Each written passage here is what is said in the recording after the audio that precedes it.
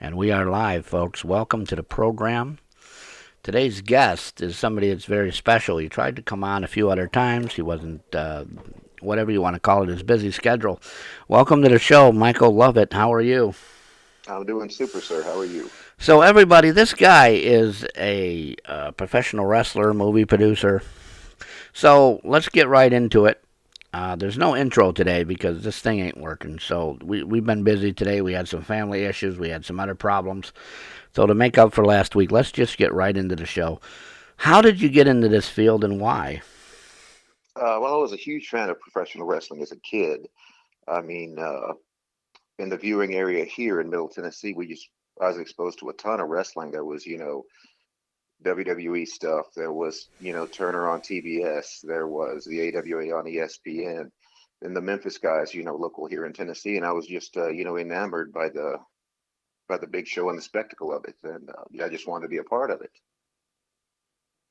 So so for the non wrestling fans out there, the ones that need a little reminder, we're talking Memphis as in Jerry Lawler, Andy Kaufman. I think Dick the Bruiser was down there. I know a few other guys were down there. Right. What was it like then? What was it like to be there for those shows? Well, it was interesting to just to have the local scene here. I mean, at one point, Tennessee was a stop on the road for anybody who became anybody in the wrestling business. And there were the Memphis guys came to Nashville weekly, and they had a show here. And in '96, I think it had become the USWA by then.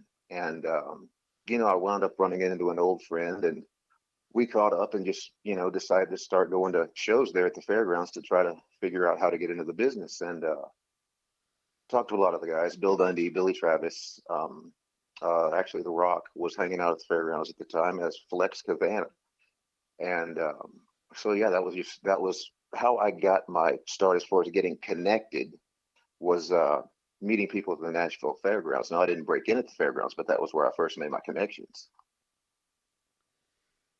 Now, when you say fairgrounds, let's back up here. They actually were at like you'd have your local county fair, and wrestlers would come in and have their wrestling matches, or was it like it is today, where an indie fed comes through and how was it at the fairgrounds? Because I've been to a fairground match, and it wasn't really all that exciting to a Gotcha. I degree. mean, it was indie wrestling. It wasn't Mm-hmm. the big spectacle that wrestling is now, but that was what the flavor was in the South at the time. And a lot of the fans here at the time didn't really like the big show. They liked the small stars and the small venues and the small events. Kind of like my grandfather. He was a big fan of the Memphis wrestling, and I tried to turn him on to the big TV wrestling of WWE and Jim Crockett Promotions. He wouldn't have no part of it. He preferred the smaller show. Now, when we say small show, what's an estimated size? Because I've been to a small show where we had 30 people, and then I've been to a small show where we had 200, because normally they get 1,000. Well, the fairgrounds at the time, that's just a little small sports arena there that was built specifically for local wrestling. I think you might get 800 to 1,000 people in there. Of course, it's been demolished now, but back then, you could probably pack 800 to 1,000 people in it. But Now, that was a small show compared to, the wrestling on cable television. now, where was this? I've never been. I've been through Tennessee on a train, Sure. The Nashville Fairgrounds is just on the outskirts of downtown Nashville. and it's been And torn down, as in the whole fairgrounds, or just parts of yes, it. Like our uh, state fair, they rebuilt everything after COVID. as far there might be just a few bits left, but the whole complex, the racetrack and everything was pretty much torn down in favor of a soccer stadium. Oh boy. Yeah.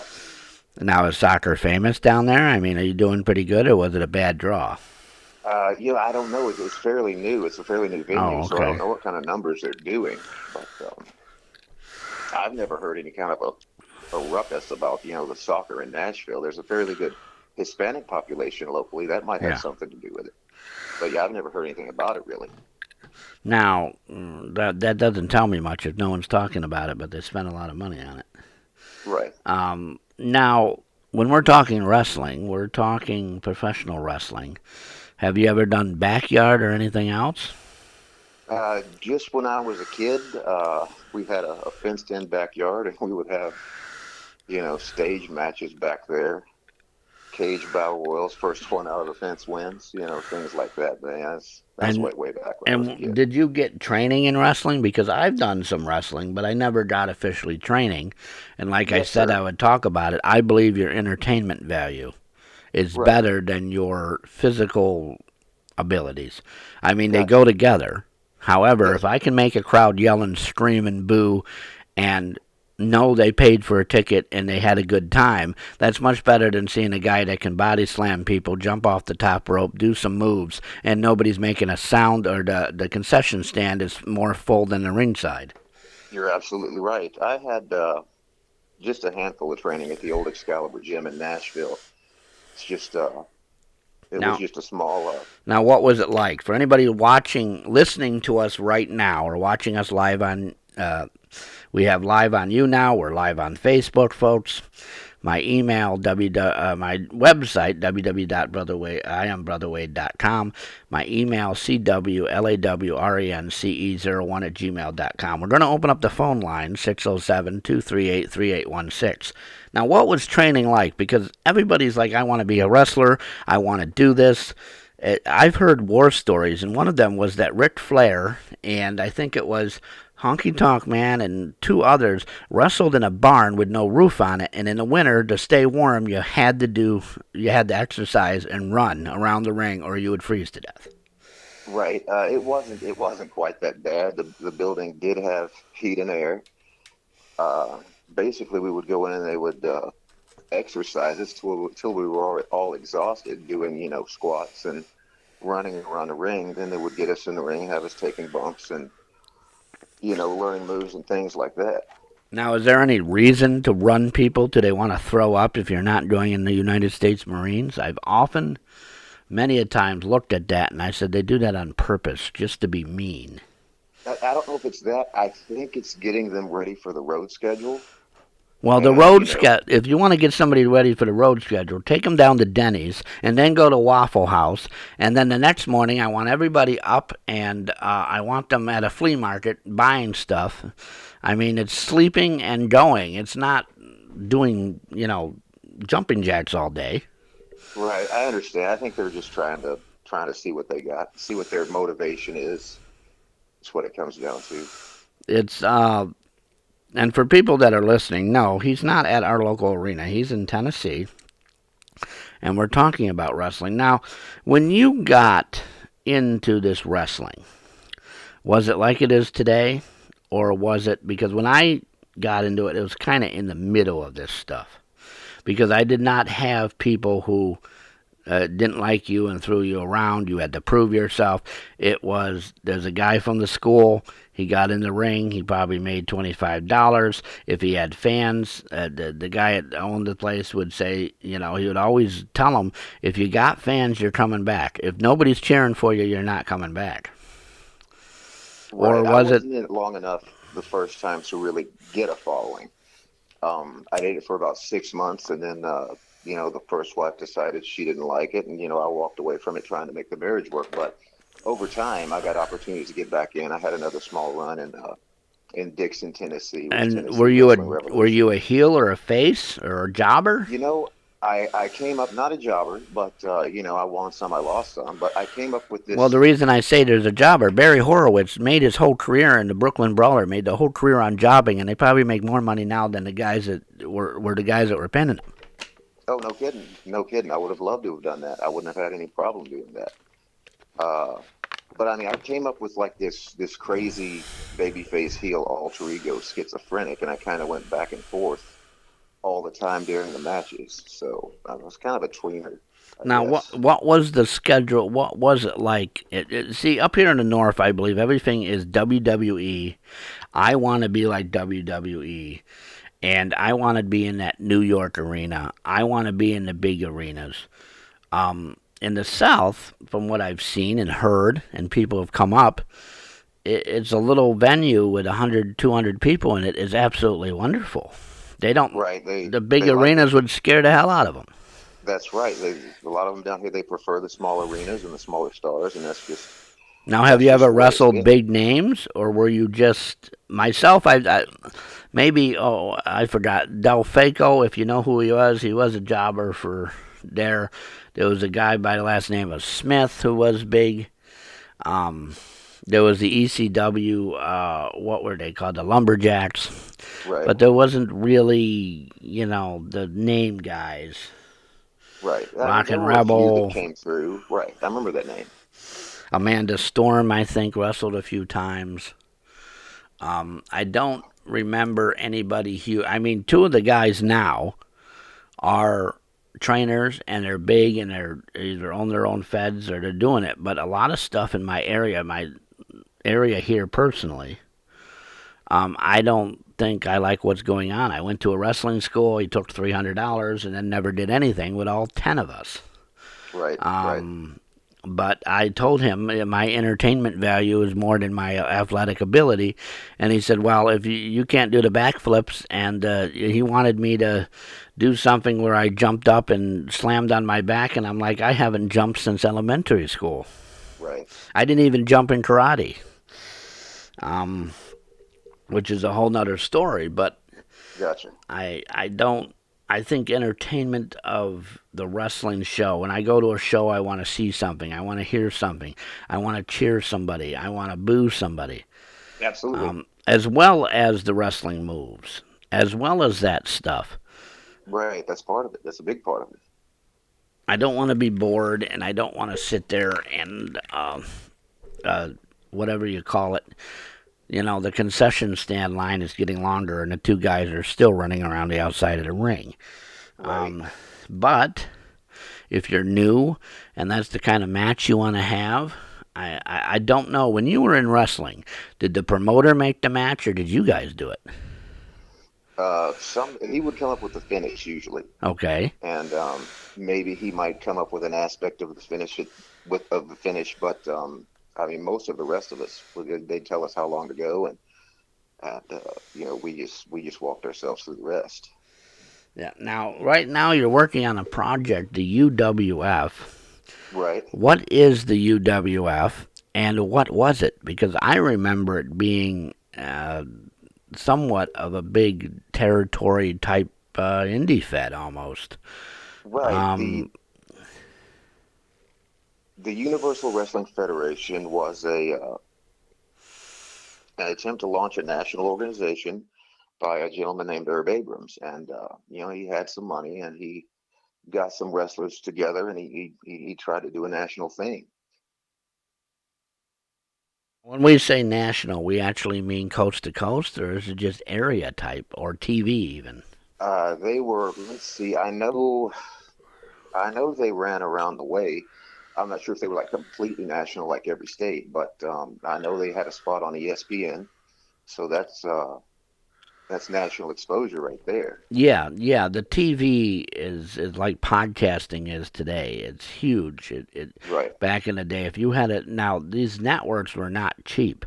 So when our listeners that don't know the TV end of it, or they don't know how they turn on the TV, they watch it. Wow, a cameraman. No, you pay $10,000 for that months of time, and you put together something, and if the network says, well, Magnum PI in the afternoon made more money, we're sending you at night, and everybody's watching David Letterman or you. Back in the day, it was not cheap. It was not fun to produce, from what I've been told. I right. don't know if you, the wrestlers, have anything to do with it other than being told, don't go to the far right corner. The cameraman's there. Leave him alone, or don't do anything on the outside near the aisle. It was called the aisle side because that's where all the wires are. We want something on Right. the other side. Right. They'll usually tell you if there's any kind of a spot that they don't want you to go to. Now, ref, did you ever ref? No, I never did ref. You never did Um, ref I was because offered a spot to do it, but I just didn't want to. I think referees are a big important part too. Oh, They they are are. like Absolutely. they're like directors or like stagehands in a way. They're the ones that are telling you timing. They're the ones that are telling you stuff. Now, when I did it, I never really talked to my opponent, or they call it fake. I call it planned because I'll tell you what, I'll take anybody out there. I'll put you in the middle of the ring, and I'll just run into you like I would run into anybody. And you go to your back on that ring, and you're gonna know it's not fake. Right. I don't even have to do nothing to you. I'll just run into you like I'd run into anybody else. And I Right. stand 6'3". I'm 319 pounds. I used to be more muscular than I am now. I'm a big guy, and I'll take another big guy with me because I've proven this many a times. And he glided into me, and he knew he hit something. Right. But if it's planned, how much of wrestling is really planned versus say real versus we're undoing it on purpose to make it look that way. And what I mean by this is Sabu goes through a table. He's already planned how he's going through it. He's already told you how to lay, and he knows where he's landing. Versus, Right. I'm going to pick you up and body slam you through it because it's at the spur of a moment. Right. Usually, I mean, I never did plan out a whole lot in the back. Yeah, it was just call it in the ring. So you never did what Macho Man did. You did what? Lay out the whole match? No, Yeah, no, I could never remember all I that. was Anyway, told that. Well, I was told he would want to lay it out and didn't do it. And George the Animal Steel brought up a good point. He wanted to make sure he looked good, and he wanted to make sure you looked good, and he wanted to make sure he kept his job. right, Now, I don't know on the indie circuits if you got to have to keep your job because there's four guys coming in that are going to be, five guys are going to be fired because they're worthless, and you still got a job. right. Um, so what if we can for the audience because they're probably dying to ask if this is fake and dying to tell us that what part of it is and what's not. Well, I mean, just the motions going through the match is gonna hurt. Yeah. Um, I mean, over time I got used to it, and again, some guys work a little stiffer than others, Now, when you and say stiff, you mean they're not going to act like they got punched. You're going to have to punch them. right. So some of them prefer to work that way, and I was okay with that. Now, is it a good way to work? I mean, I worked as if I don't want to be picked up. I hate being picked up. And I don't want you to do stupid stuff. And if you did it, then I'm just going to play dumb. But I'm going to make it look like to the audience, like, you hit me and I rolled out of the ring with your hit. I'm not going to Right. stiff you up by just staring at you. Greg the Gotcha. Hammer Valentine, Vader, I don't know. I've been told Ric Flair is, but I've never seen it. I've always seen him wrestle the ability that he's always done. Barry Right. Windham was one. If fans want to watch stuff and know who's doing it, and I believe Bret Hart, they've always said was stiff, very stiff. Right. Gotcha. Again, some of the guys were, and it was just Yeah. something you had to deal with. I never had anybody that like legitimately tried to hurt me in the ring, so I No, no. never had to deal with that situation. But some, and I kind of prefer to work a little snug anyway, because if somebody gives you a shot from behind and you can't feel it, you know, then you don't know to sell it. But Well, that's what I um, used to tell people when I played Dungeons and Dragons LARPing. I told them, hit me with a damn boffer so that thing cracks in half because I can't feel it. I'm 6'3". You're hitting me with padding. I can't feel it. And if some right, guy's going to hit me soft, at least do it so, push me or tell me hit or tell me drop, so I know that something happened and I'm to react. right. Now, I got. Go ahead. how much of this stiffness and stuff is acceptable and how much isn't? I've often wondered, can they look at the guy and say, you're an idiot, stop it, or do they just let the guy do it? It all depends on what kind of clout he's got. Okay, well, even with the cloud, I mean, if somebody's really stiff like Vader, I was told it just was. There's no questions about it. However, Greg the Hammer Valentine kind of did it on purpose. Right, right. Um, But he I was mean, Greg I wouldn't. Valentine was he just looked stiff. All his bones just kind of looked like they were locked.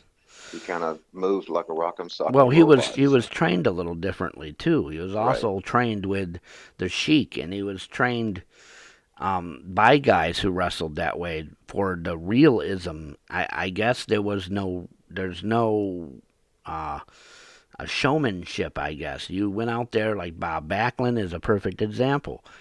He's gonna do stuff. It's not gonna hurt. It's not. You're not gonna go away. You're gonna go away with the normal aches and pains. Nothing serious, but it's gonna look like you are in a competition. You know. yes, sir. Right, And another thing about this for the people that are listening, you kind of knew who was and wasn't by the way they had their matches before, or the way they talked or act, or anything. And this is going into how much of wrestling is acting versus sportsman versus physical. right. How much is it? Is it really acting or is it really physical these days? These days, I Uh, don't know. A lot of it's these show. days, I don't know. A lot of it probably is, but in the past, in the older days, it was probably a little bit more intense physically. But I mean, I don't know about the current roster who works snug and who works light. I haven't really heard of anybody having a reputation Now, what's the for difference being. between snug and light? Because snug I've never heard, but light and stiff I have. Oh, it's snug. Just another way of saying stiff. Okay. I kind of like being in the middle. I like being Right, able to do something, but I don't want the audience sitting there laughing. I want them right. booing and cheering, or if they're laughing because I'm getting my ass kicked if I'm a jobber, Absolutely, or I'm kicking ass if even if I am a jobber. I want them to react normally. Like, absolutely. and I was told a few times, it's like going into a bar. If a guy punches a guy in the face and he just looks at him and wipes the blood off his face and walks away, what the heck was that? You Right, want that guy to hail his face and get pissed. And what's he going to right. do? He's going to get pissed, or he's going to fall down, or somebody's going to jump in, or if he does wipe his face, he goes after him, and there's Yeah, nobody taking him down. right, And right. as a That's big true. That's true. guy, I don't know how. I would assume you're probably a medium guy. Right. About 5'10", about 220. Yeah, okay, you're about a medium guy. Being a big guy, you have that image to be bigger than anybody else, tougher than Right. anybody else. Um, I don't know another word for it, but for the audience, you gotta look like you're it, or they're not gonna believe you're a big guy, just because Right. you are a big guy. There's a lot of big guys that are very nice big guys. I was even told Andre the Giant was. He was a big guy, but he could be as nimble as anybody. Bam Bam Bigelow is another example. He can do cartwheels and backflips. Absolutely. Vader's another guy like that. Yeah. Well, Vader's more of an example of being stiff because I've seen Gotcha. where he's honestly hit. At least here in the United States, when he was in Japan, it was a whole different style. It was the cartwheels and the jumping and the gotta do the athletic stuff and the flips and all that stuff. When he was in WCW, I don't think he did much of it. It was a different style. Now, have you ever gone to Japan? Speaking of Japan, No, I have not. I have not been over there. I need to get a passport have so you that I gone can. anywhere other than the United States to wrestle? No, never gone outside the states to No. wrestle. Okay. Now, you're also into acting, so Yes, sir. let's. You're working on three different movies, if I'm not mistaken here. Okay. Those What? are probably already out. Okay. Yeah. Let's see. I just shot an episode of Lost and Lonely Highway. Okay. That's sort of a Southern comedy that's acting alongside the recording artists, the Hammond brothers, with Timeless Dreams Productions. And remind me And who they are, and remind our audience who they are. sure, Hammond brothers, Gail and Dale, just two country music singers out of Nashville here. Um, and they signed on to do some acting with Timeless Dreams Productions out there, headed up by the director Linda Lee. out of Sparta, Tennessee, and somehow I got brought into the mix. And I'm always a heel with these guys. I don't know why, but I'm always a bad guy. And I basically played the devil in this episode where I'm trying to get them to sign me their soul for some gas in their car. And anyway, I get That right banned. about now, I think anybody would be doing that. You know, I didn't think about that, but you're probably right. But I saw something on Facebook last week. It said Biden owes me gas money. Wow. And at work, somebody came in and said, all the Democrats owe me gas money. I said, what about the Republicans? They're the ones that started it. Gotcha. So I'm an independent personally, so I don't Yeah, same get here. into Same here. this wars. Now, these movies that you're talking about, they're actually out now that you worked on. Yes. And now, where do we find them? If one of our listeners was to Okay. say, I want to watch this guy right now, where do they go? Well, you can find my film, The Inside Job, is on YouTube. I basically play a crazy bank teller that grabs a bag of money and runs and slugs the boss. That was a lot of fun trying to teach somebody how to take a punch. But and that's one that's on YouTube. I have some stuff on Netflix, some stuff on Prime. So Now, if you just go on there and Google my name, you can find my stuff. You also find my IMDb under my full name, Michael Kevin Lovett. yes. Now, when you do these stunts, are you doing them and you're training people because you said it was fun teaching somebody to take a punch, or are you just working with anybody? An actor shows up, it says, "Oh, I don't know what I'm doing." Usually, yeah, usually helping to set up the camera angles, to make the shot look good. Um, teach somebody how to open up a fist and Now, does throw a wrestling punch and help stuff. with that stuff, or does it totally make It it worse? does. It totally helps. Totally helps. Because I always thought wrestlers would be a great improv. Great. Definitely, definitely, no doubt. However, I was told Roddy Piper, and I don't know about The Rock, but Roddy Piper was good at the stuff, but not particularly him. But I mentioned him because I know he was in movies other than Hulk Hogan. We all know that. Right. But some of the wrestlers that were in, like a lot of people don't realize, Stan Hansen was in No Hold Bars, Yes, yes, he and a was. few other female wrestlers were in movies. Right. A lot of them do it too rough, or they do what they know, and for the camera and the movie, like you said, it's not the best way to do it. Now, when we talk about movies, are you writing these movies? Are you just starring in the movies, like our good friend Angela Teresa, or are you in charge of them? I've acted in about 50 productions Okay. between film and television, and with Timeless Dreams Productions, I do some work on the other side of the camera as well. Helping set up the scenes, um, coming up with props, things like that, and adding comedy. Sometimes I'll throw a one-liner in for them. They like my stuff, so they help. They let me Yeah. contribute. I've often thought of doing.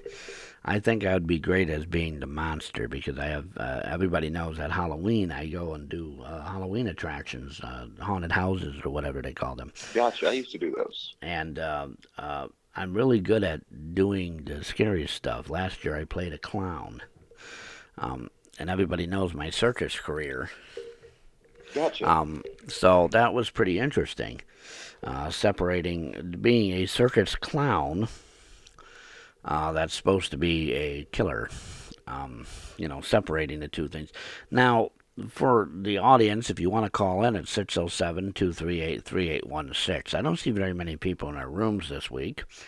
A lot is maybe going on. My email is cwlawrence01@gmail.com. My website, the new website, www.iambrotherwade.com. We have Michael Lovett with us. Now, we're not going to take any breaks. So let's go into how a movie is done, how these things are done for our audience, because I know some of it, but I don't know all of it. So you get on set, you get your script, and you said you do behind the scenes stuff. Yes. Now, what would that entail? The videos, and let's talk about also the way we do a wrestling production as well, because I'm sure those skills would help with the UWF. Sure, absolutely. That my television stuff was one of the things that got me noticed again by the wrestling industry and got me back in the door. So no doubt. But I mean, with a film set, I'll usually get the script early, a few weeks early, and I try to get it all memorized so that I can just mow through those scenes and not have to go back to a script. Every once in a while I might have to ask for a line, but it's not real often for me. And two, mostly playing heels, I don't really get a lot of lines because they Now, prefer to now, keep when you say heels, you mean bad guys, right? bad For our guys, right? listeners, Villains. we're Villains. playing bad guys, and in the wrestling industry, a face is a known talent. It used to be. A heel was a bad talent, and then you had a character, and I'll give examples. Hulk Hogan was a face, everybody knew him. The heel would have been, say, Andre the Giant, King Kong Bundy. A character would have been like The Undertaker or Right. Kamala. Kamala is a perfect example of a character because The Undertaker has developed into a heel from a character. Now, that's old school wrestling stuff. Maybe some of the listeners know old school wrestling stuff. I grew up around wrestling. In fact, my grandfather used to be a bell ringer and a setup for wrestling shows. My uncle used to go down to the Y, and when he was there, he'd find two guys that wanted to fist fight and find you know, two matches of these things, and they would tell them the rules with an actual ref, making sure they obeyed stuff, and they would have a fist fight in the ring to make wrestling look real. Wow. And he was in charge of making sure that the people would be in a fight. Oh, you two want to fight? Why don't you do it down here? We'll pay. We'll give you some money for it. The winner will get extra money. Let's say $50 for both of you to doing it. We'll give an extra 50 to the winner, and they would have a real fist fight, and they would solve their differences in the ring to make wrestling look real. Wow. And it's fascinating that back then they would do these things because today, if we said, "Hey, we're taking two guys from a bar, the Y or a bar, and they're going to fight," we would. I'm seriously think maybe we would be against some laws, at least in New York, Right. Yeah, because definitely. they don't like the UFC. They don't like this mixed martial arts stuff. However, it made wrestling look real. And it made it so Right. that if you sat there and said, well, that fight was fake. Oh, no, no, no. These are two local guys, and we don't even know them. They were paid to get in the ring. They just saw their differences. Right. And they're local, And everybody local knows them, and everybody there it would, is. leave jaw dropped that this stuff is really real. Right. And this was back in my mom was born in 46, and I think my dad started before that, and my grandfather. My dad um, also knew some people that would find some local talents, like karate people in karate, and have another friend of his who would then put him in the ring. So somebody would be wrestling or boxing, and they would fight the guy that does karate to make, so UFC and all this stuff started way back, in fair days. Right. And we know some of the wrestlers came from the fair. I worked with a guy when I did circus and carnival who was a strong man, and I was in high school wrestling and all this stuff. And he said, "I'll show you some things to do," and it would be a shooter. And Gotcha. what you would do is actually, hurt your opponent, but you would do it legally. Right. Of And course. his job was they would stand there and say, "Hey, anybody want to challenge him? We need two challengers." And of course, the neighborhood bully or whoever was down in whatever thing thought they were the greatest person of all, or that Of local guy course. at the bar would step in this little circle. I guess they had a cage or something set up, and he would kick their ass. Right. And if there was any Keep them trouble, he coming was also security and would kick people's asses for real because they started stuff at the carnival. in. Right. Now, some of this went into wrestling. Now, I'm not sure how it became fake. I'm not sure how they did all this stuff. I really don't know the history of that part of it. Nobody really does. Um, there's rumors that Terry Funk, Kevin Sullivan, Greg the Hammer Valentine was one of them, were taught real wrestling, like they could really hurt you. Of course, yeah. Abdullah the Butcher was said that he knew his martial arts and would use it and would be used by promoters if they knew somebody was not doing what they were supposed to. And Right, back in the days, we talked about championships and we talked about belts and all that. And you being, a jobber and whatnot. If you were a champion, they only put it on you if they knew you would keep it. So if somebody would get in that ring and try to take it away from you for real, you knew how to handle yourself right, to right. not lose that thing. And now I was told there'd be more than one belts. The story I was told is, say, Ric Flair. Everybody knows he's a wrestling champion for our listeners. And Hulk Hogan, they would give the belt back, and then you would get in, like if I am in New York, and now I'm going down to Tennessee in your state, you would hand me your belt. And then I would be the champion in your town, and then I would be the champion in another town. So each place had their own belts and own things. Right. Before cable TV, you could have, several different things going on in the different regions because not everybody saw Yeah, what was going on everywhere. I call them properties because that's how it was more like. It wasn't a territory. It wasn't like Michael has Tennessee and that southern area down there, Louisiana and Florida. Wade has, New York and Pennsylvania and some of New Jersey. It was more like I owned New York and you own Tennessee, and if you want to come here, you're paying us to do it. Right. And I've heard of things like that. Like guys would honestly stiff the promoters and say, hey, I want $2,000 or I'm not moving from my spot. And when they got there, they would up the promoter or give them some shit and say, hey, I want some more money. I came down here. I want more money for your audience. I don't like it. Now, I don't know how true those stories are, but I can only imagine. Yeah, I And some of understand these too. promoters, for our listeners, some of these promoters were people you did not mess with, like the Von Erich and Fritz Von Erich Right. and I forgot the NWA guy, Crockett's. You didn't mess with those guys. Those guys would straighten you out, and you'd be right out the door. Um, and stuff.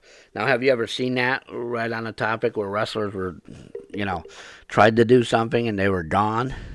Or don't that happen anymore?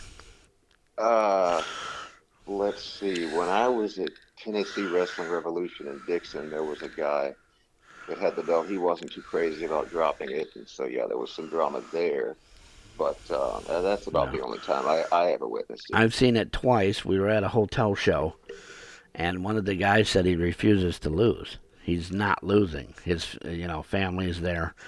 I would have drawn it so we were a count out, and I would have made the audience cheering and yelling and everything else. He ended up leaving.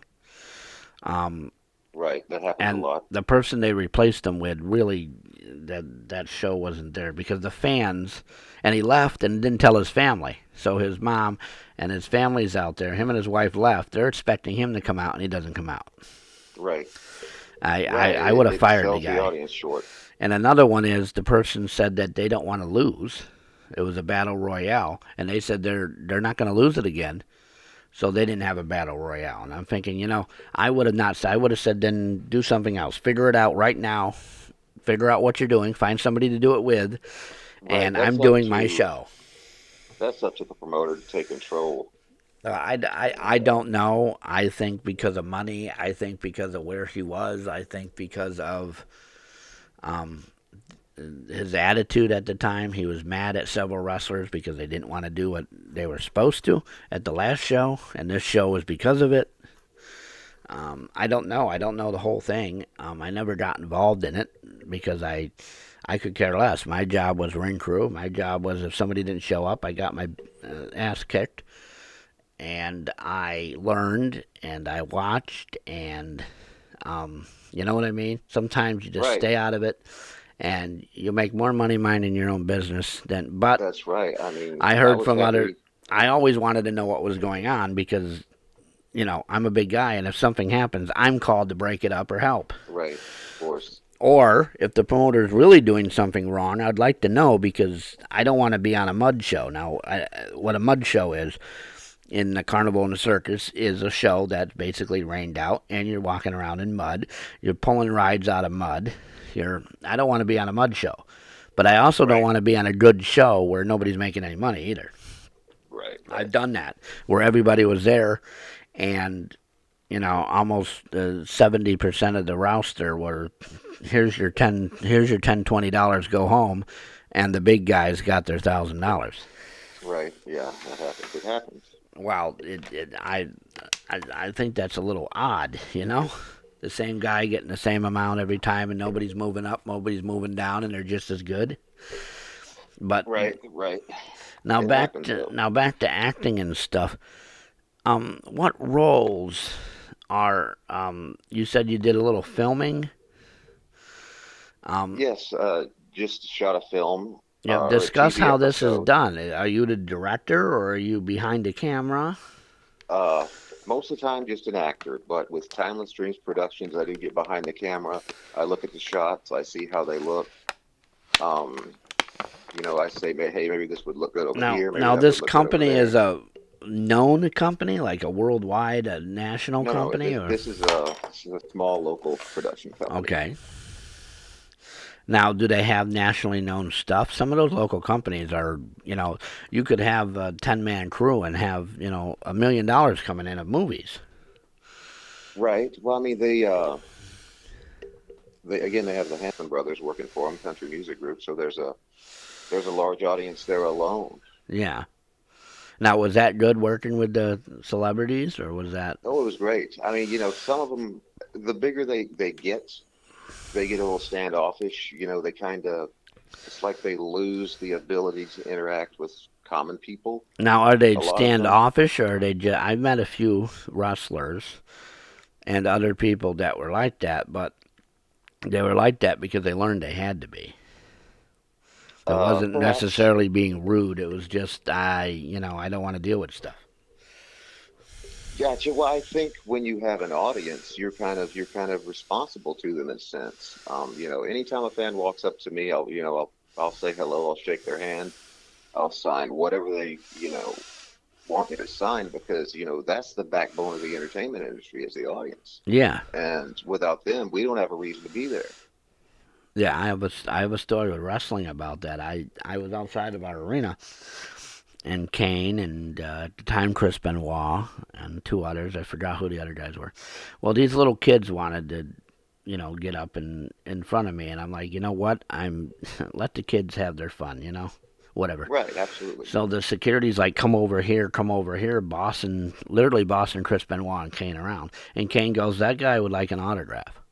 And security goes, I don't care. He goes, no, no, no, here, come here. And I came right over by the car, talked to him.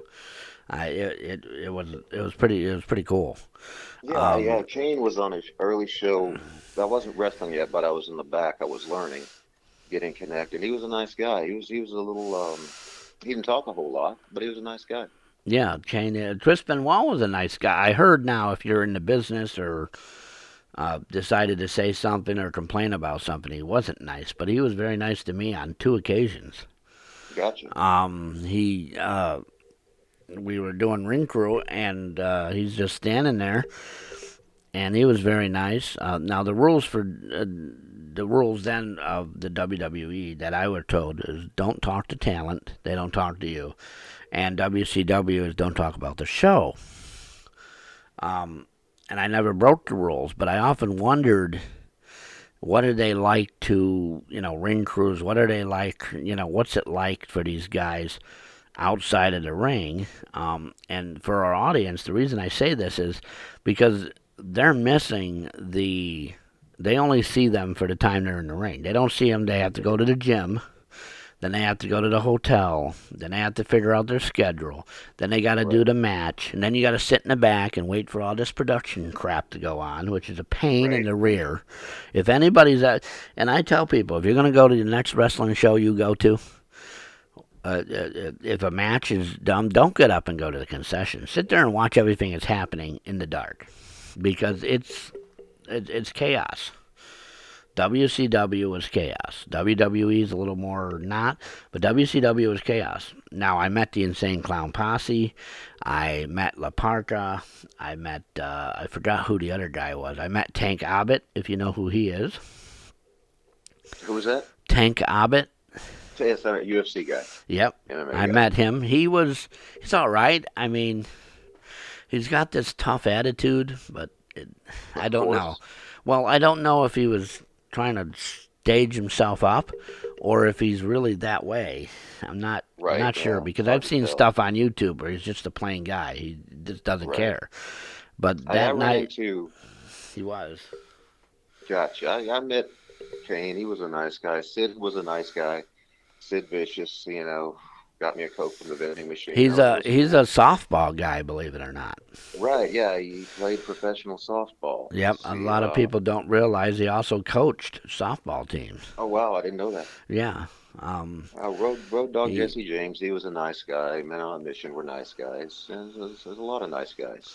Have you ever met guys that were like my experience? And I'll tell you, was Brutus the Barber Beefcake. I was a huge fan of his when I was a kid. I'd go get my Yeah. mom's yard scissors and start chopping them in half and running Wow. around the Yeah. house when he came out, imitating him. I had all his toys. And I went to a show to meet him, and the guy was as rude as all hell.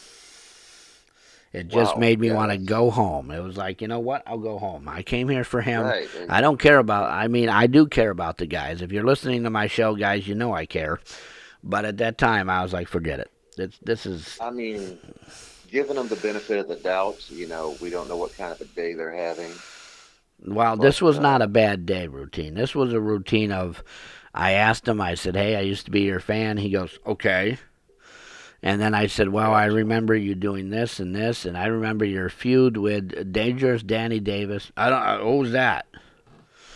Huh. And I mean, I know now that he's probably wrestled 1,000 people. He doesn't care who their name are. He gets in the ring, he Right. wrestles, he goes, but something as big as that was, you should have remembered it.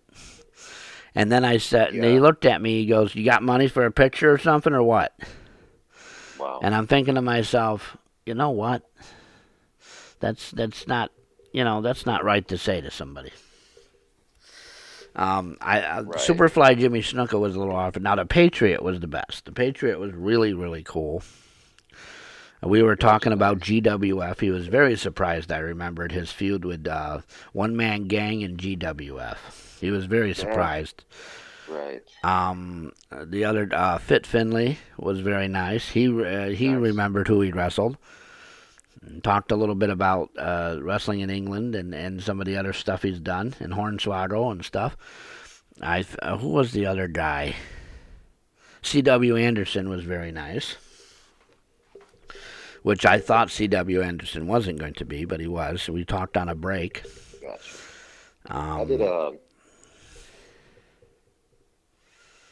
yeah, he's still there. I don't know if we lost him or not. Is he still there? Maybe his phone cut out. I'm going to try to call him back, folks. I think his phone cut out. Not sure what happened there. See if we can get him back on here.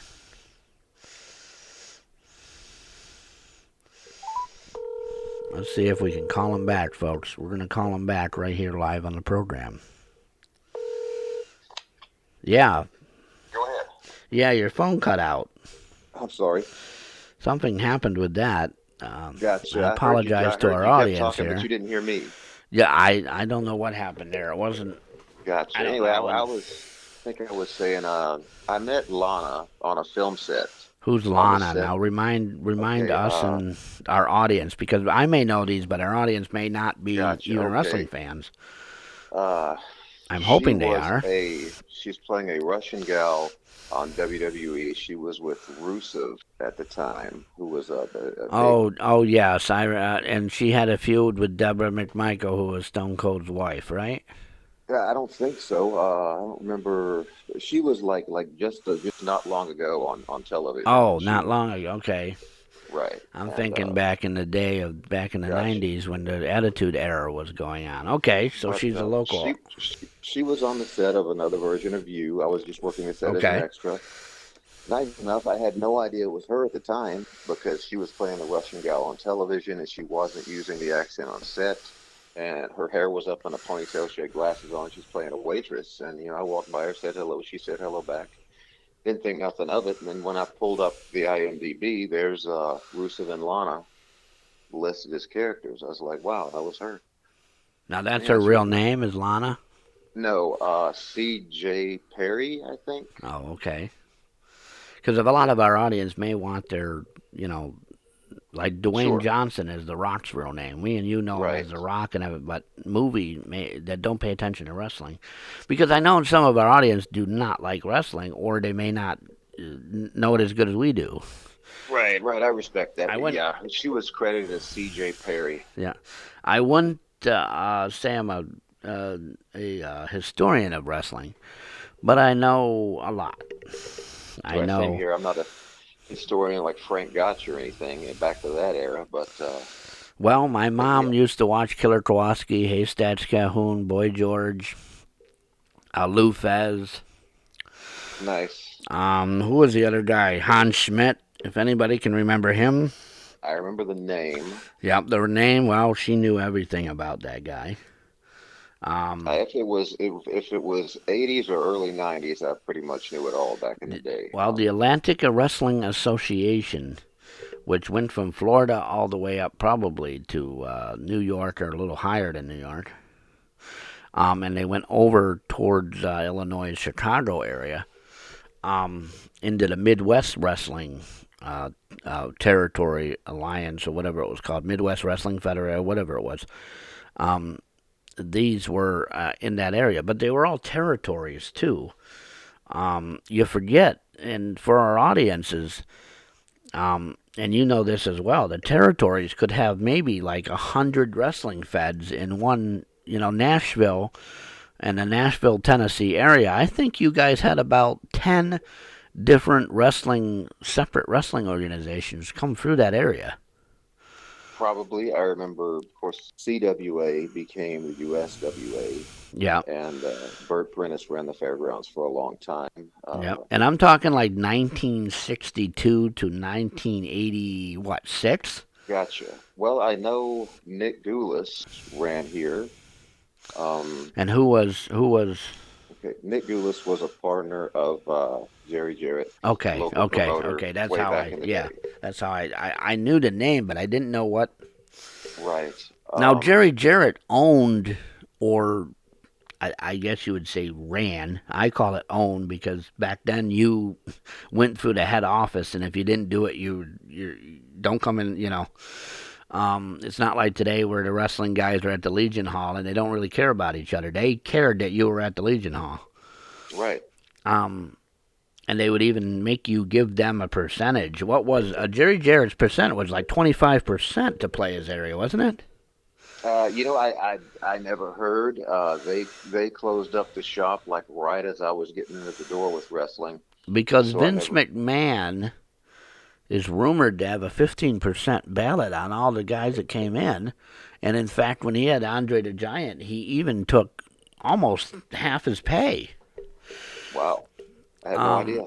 uh, there's a few stories I've heard where McMahon would say, "You want Andre the Giant? Let's throw out a number we can easily work with here, $100 for our audience Yeah, here." I know he used to book Andre out. However, Andre wasn't getting that. Andre was getting $30, and he was keeping the rest.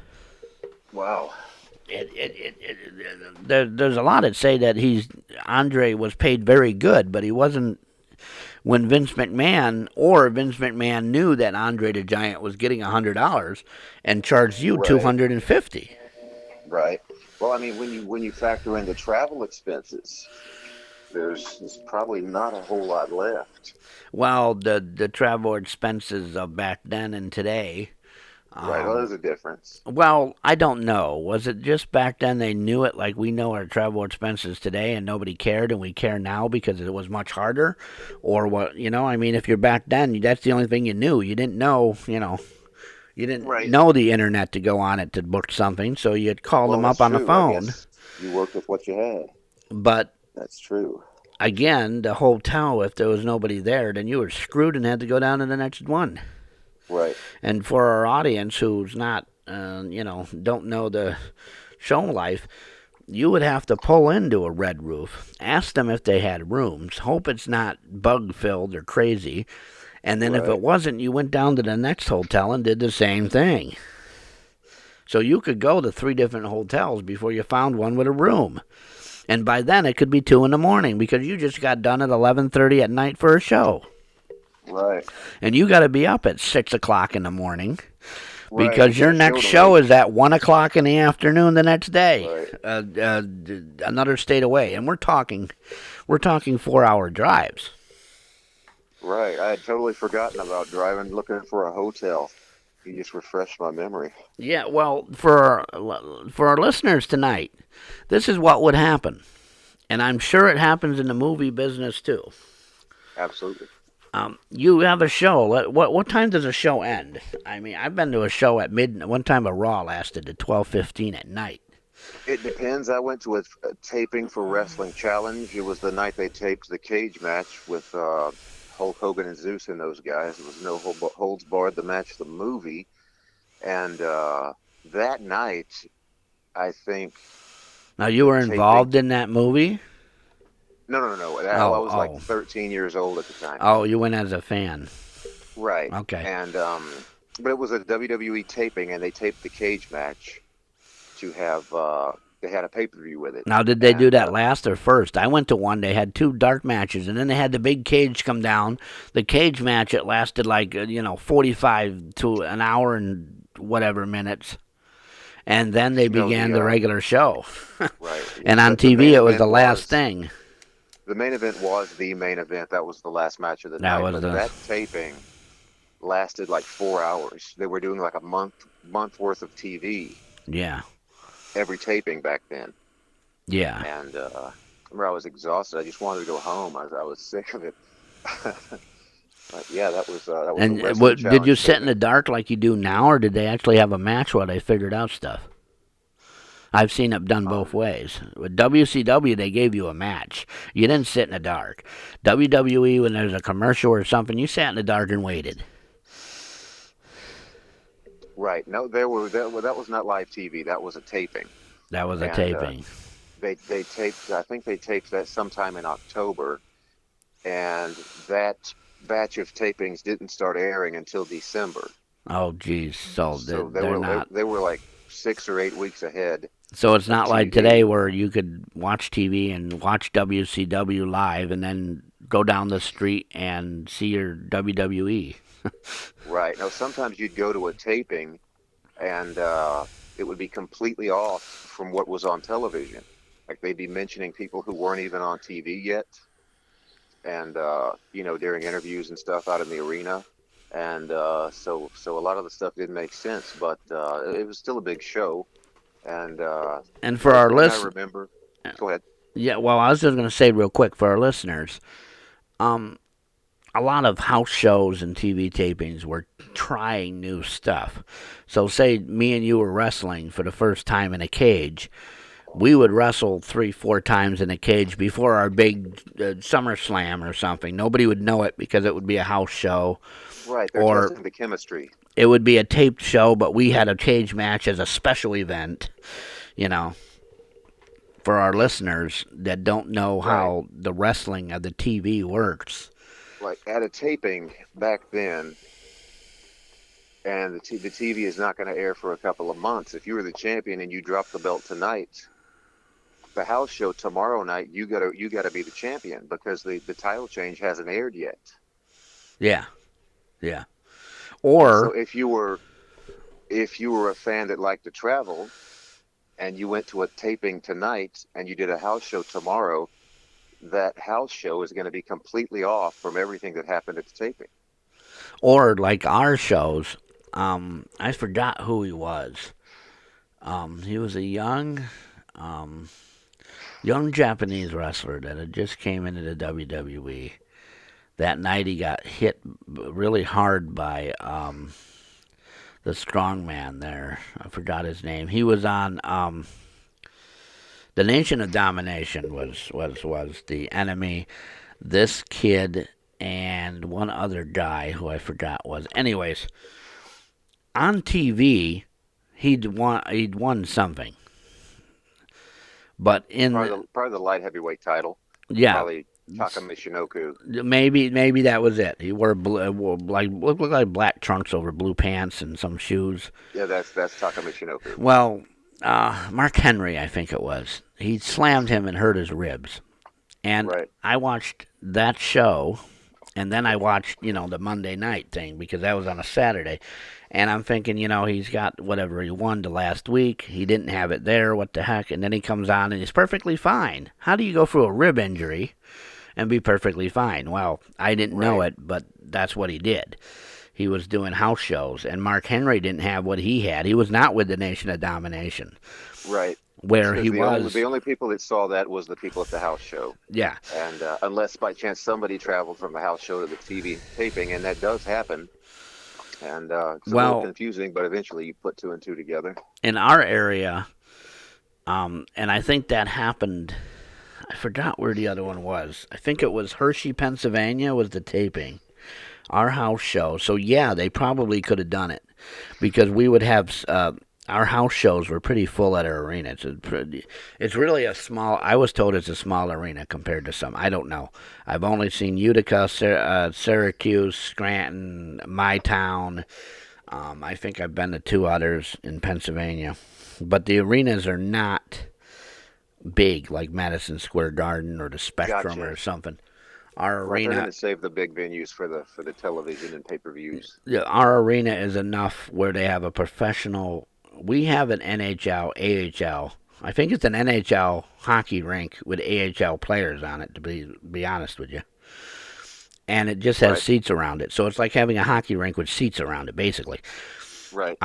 The Shrine Circus has to use half of its setup to fill our arena with their for a full circus show. So I could Right. only see what the arena was. And you walk right in. Literally, you can walk out of any area from a dressing room, and you could see the ring. So it's not that Right. bad. If you sit right, you can it level with you. Right. Um, Like Nashville Municipal Auditorium, that's the small local venue. It's about a 6,000 seat arena. okay. That's where the AEW guys go, or sometimes, the house shows will go there. The pay-per-views go to Bridgestone Arena, which is about a 20,000 seat arena. Uh huh. And but sometimes WWE will go there and they'll only rent like half of the arena. So because that has better lighting and the auditorium municipal is like it's an older venue. It's not really set up good for TV. So Yeah. there's a lot of factors there. Yeah. I'm trying to look up how big our arena is, but 7,201 seats, and the other one says 200 seats, but it Yeah, says something about a new handicap section. So gotcha. I would say it could hold probably 7,200 people, Right, that's about like municipal auditorium here. and we're not talking. When for our listeners, when I'm talking 7,200, that means seats that they're there. That doesn't mean floor seating. So I would say about 9,000 probably people at a wrestling show, maybe Right. less. 8,000. Let's go to 8,000. You're gonna get. Um, I don't know how square footage it is. 5,000 seat arena with up to 7,000 capacity depending on configuration, and it's something of 6,000 something square feet or something. Um, I'm trying to Let's look up. see. Capacity is 6,925. Okay, that's about the same as municipal auditorium. That takes up Yeah. about a block of city property. Bridgestone Arena, the Yeah. 20,000 takes up a few blocks. I don't know if it's a block, but I do know the area that it's in, as in where it used to be, is made up of two buildings. It used to be a tire factory that was the whole block. Um, and it's a multi system seating, so I don't know what that means either. Anyways, yeah, about 7,000 people. Now, for our audience, that's not. I don't know if that's big or not. Is that big? that's a good house for a small company. Uh-huh. That's a good attendance there. For a big company, that's put it this way. WWE was going to Municipal Auditorium during the New Generation Hmm. era when Hogan had left and business had died down. So they were using that. When Yeah. business picked up, they started going to Bridgestone Arena, the bigger 20,000 seat arena. Yeah. We have a caller. Caller, welcome to the program. Hello, caller. Hey, this is Tim. I just want to say real quick. Yeah. Hey, You got to turn your thing down in the back, Tim. Tim, welcome to the program. This is Mike. This is a regular listener, Tim. Welcome to the program, Tim. Good evening. yeah, I just want to say real quick talking about Andre.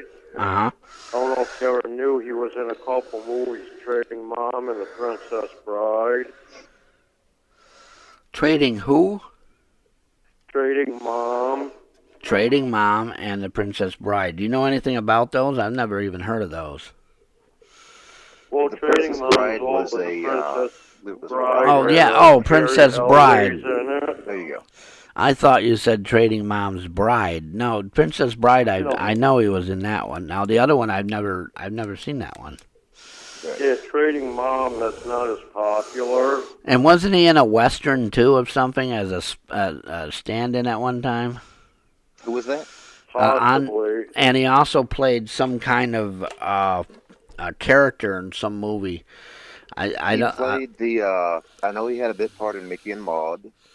He did an episode of The Fall Guy as Bigfoot, as a Sasquatch. That's right. He played. He was Oh, some kind of yeah, monster. $6 million And man. in Conan the Destroyer, I think it's Conan the Destroyer. He played there was this statue of a god, and they were trying to bring it back to life, and Yes, then yes, yes. That's there Conan the was Destroyer with the big there horn was in a it. mistake, and it turned into a monster, and Yeah, Andre was the monster. yeah, Yeah.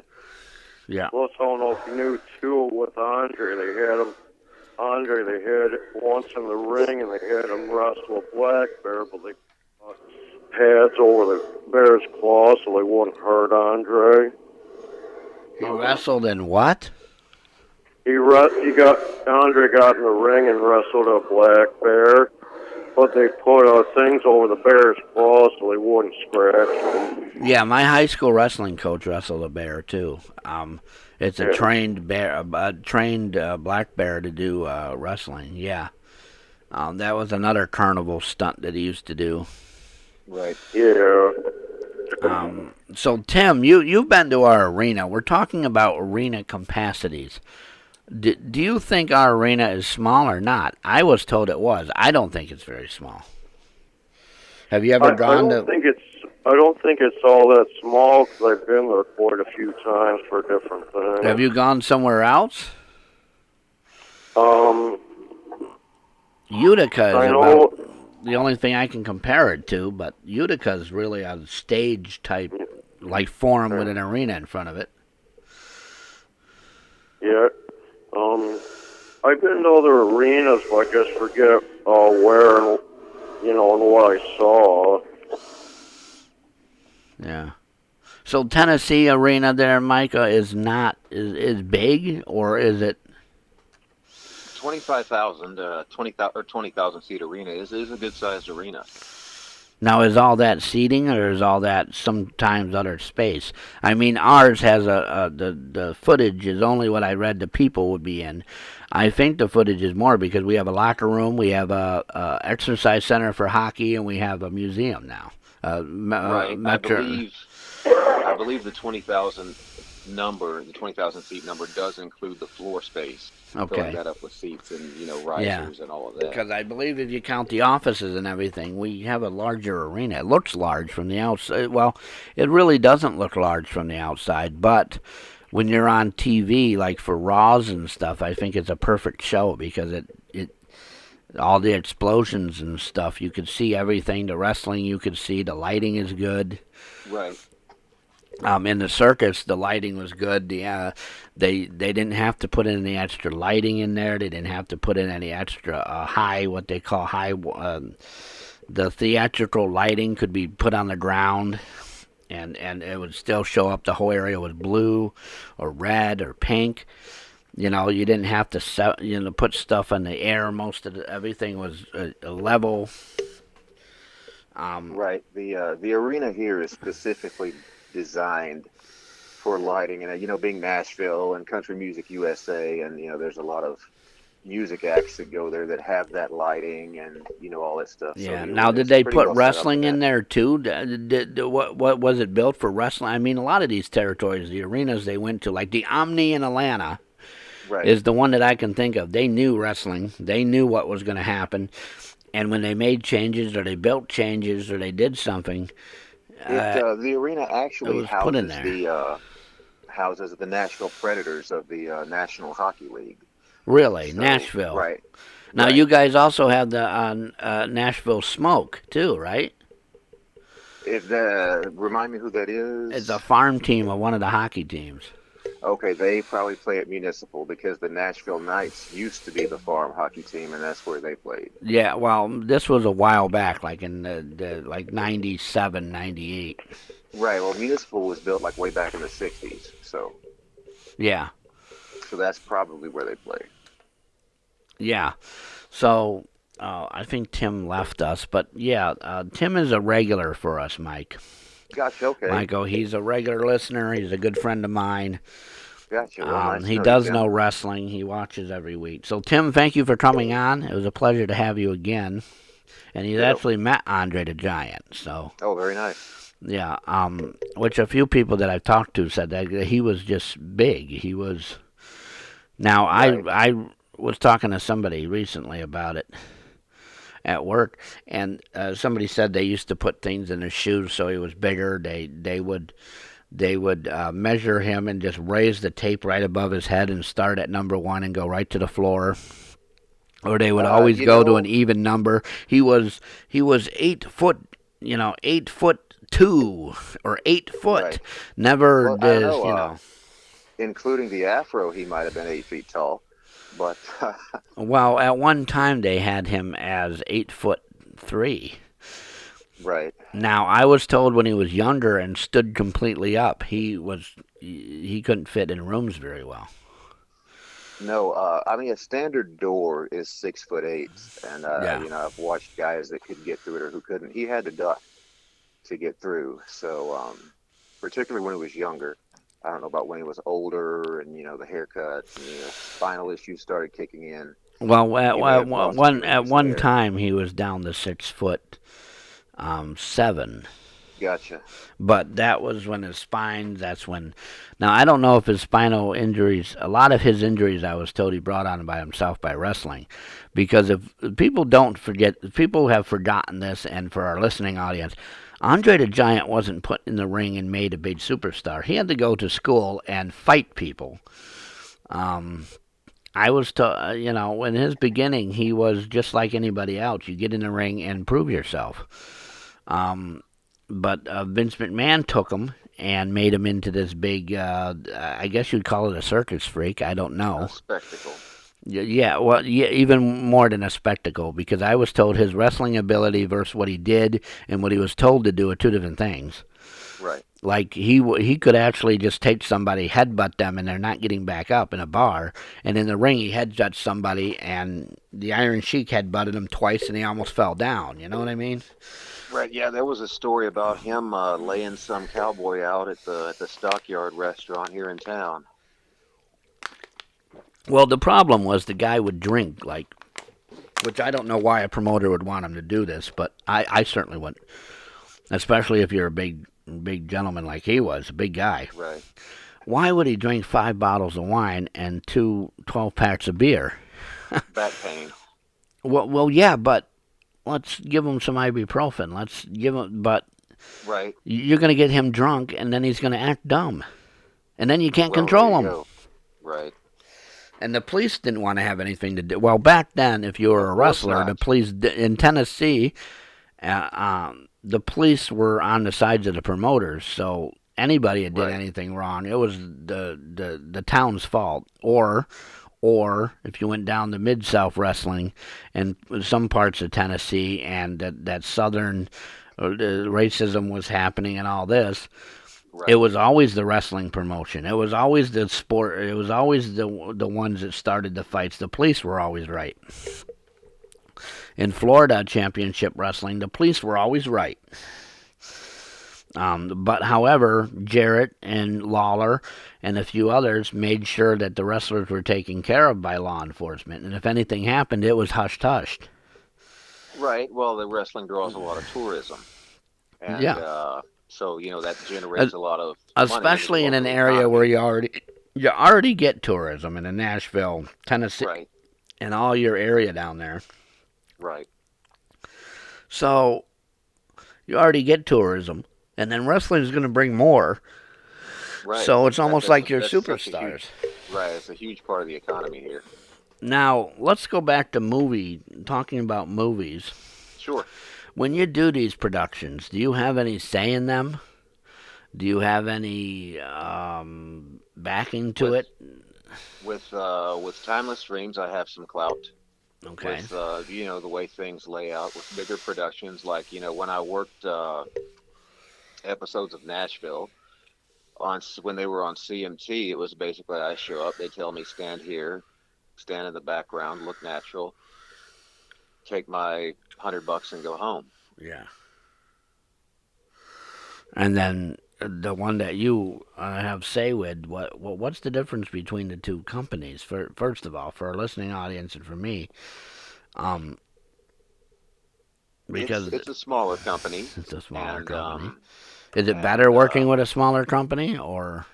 well, it's more intimate. You know the people better, but so that's great. But on the other hand, working a big set like an episode of Nashville, there's so much going on. There's so many cameras and there's so many people. There's just a vibe to it.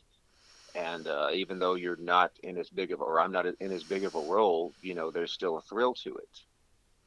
And so yeah, it's there's perks to either. Now, have you now? These are only TV episodes, correct? Done some movies too. Okay. What's the difference between movies and TV? Is there a big Um, difference, or is it just I mean, for? not really. It's just a matter of where it's going to air, Okay. and I mean, it's cool going to a theater and sitting and seeing yourself up on the big screen. Now, what did you do Uh, in the movies? What characters were you? You played let's villains. see. Let's see. In a there's a fairly big time Harry Potter fan film called Neville Longbottom and the Black Witch. I played an Auror. My line was cut, but basically we just appeared at the end and cast off the villains, the heels, the bad wizards, and let's see. Yeah, So when you again, said another your lines were cut, what you had no speaking role? right. I cast a spell, Uh huh. but when we came and cast those spells and saved the main characters, it kind of took the focus off the main characters and put it all on us. It's kind of like Yeah. Ultimate Warrior runs in at WrestleMania and saves the day, and then in history that event is all about that.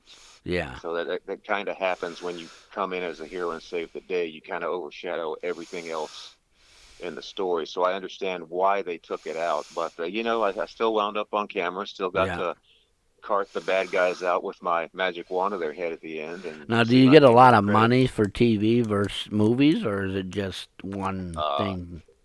Either now, if you're a big time actor, you're making bank, Yeah. no matter where you go. Um, with my films, I usually get like 5 or 10% of whatever the film makes down the road, and a lot of that I'm waiting on stuff to come in. But and then with the TV stuff, uh, I usually $60 to $100 a gig. That ain't bad. No, it's not to just sit there and act natural, and Yeah, you're not really it's doing fun. anything. You're not working. I Right? They mean, feed you. you're They feed you working, but it's good. nothing physical. Oh, they feed you good because Yeah. our good friend Angela Teresa says sometimes it's a bagged lunch. Oh, well, it depends. Depends on the director. The guys at Nashville fed us really good at the TV show Nashville. Let's see. I worked an episode of Story of God on National Geographic. They fed us good. What was that all about? That was a documentary about religious self-punishment, the self-whipping, flagellation, I think they called it. Oh, is that where the priest would go and just whip himself with a rope and walk around? Right. They filmed us walking around in a circle and whipping ourselves. It looked like something So that they out didn't of actually film the people would do it. They just had actors come in and do it. right. Wow. Okay. I mean, now they flew on the other side of the world to get some footage, but they also wanted some local footage, and then they put it all together, and Morgan Freeman did the narrating, and You meet they him? chose. Did you meet No, him? he wasn't on set, Oh, he so wasn't but on set. he did host the TV show, so it was cool to see myself on screen, and then there's Morgan Freeman doing the narrating, even though I didn't interact with him. Oh, okay. Oh, yeah, it's all put together. But I thought maybe, sometimes they'll walk out and introduce something, or. Right. No, they hired a local studio out of Nashville to get that footage, and they Okay. shot probably 30 of us, whipping ourselves, and they wound So, up only using two of us for the footage. so it's kind of like a third, fourth party deal where Right, the right. They production's contracted not. out.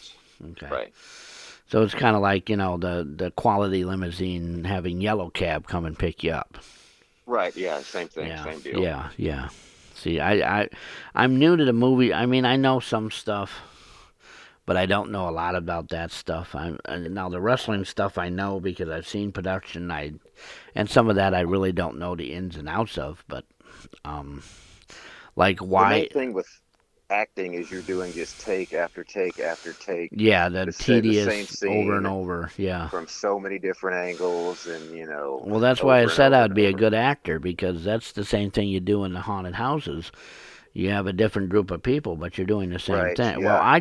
Right. I try to do stuff different. I try to get a new face every night. I try to because if you think about it, the same person is coming through that haunted attraction, and they're going to bring their friends. Right. And if they come And again, it's going to be the same thing. They're not going to get scared. well, with me You know, they you do gotta. because they don't know where I'm going to be. I'm a big There you guy, go.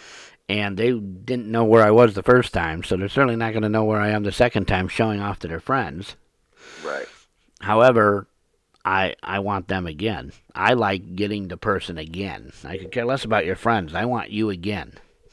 Right. I only worked haunted houses for a short time when I was younger, in my early 20s, but it was a lot of fun. Yeah, it started as a volunteer. See, circus and carnival was my thing, and we did it during the summer. And when October came about for school, that would end it. And it was kind of, and then when I got out of school, I did it for a volunteer project. You got to volunteer so many hours to do all this stuff, and I'm like, you know, I'm not going. I already volunteered in a nursing home when my great grandma lived there. She died at 104 years old. Gotcha. So I wasn't going to go and do soup kitchen work. So I said, why don't these people sign it and I can have fun doing it? Right. So every Right. year I would do it. They called it Boo at the Zoo. Well, when I got done, I did more show stuff. More, I worked stagehand and all that. So the winter would come, and about October would be the last. The Halloween was the last gig before snow fell, and there was no more carnival or circuses. And then during the winter, it would be professional wrestling or setting up at the arena only because I wasn't traveling in the snow. Right. Or if I did travel in the snow, it'd be only about an hour away. I could get back home.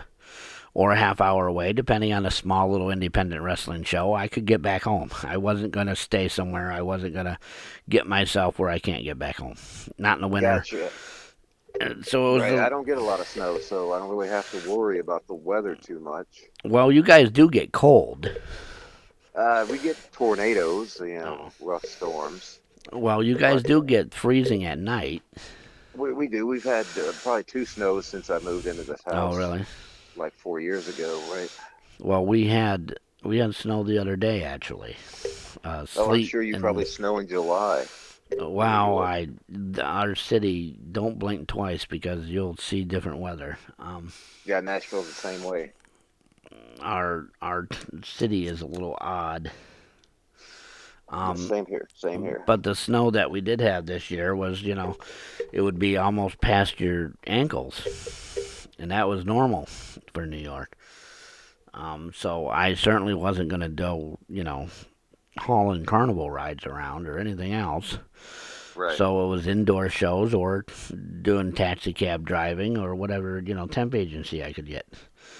So Absolutely. that was the last big gig. The Halloween thing was the big gig, the last thing before, and now it's, I guess, volunteer work, something, something. I don't know, but it's very enjoyable. I enjoy it, and that's why I said I'd be great as a monster for a movie or something.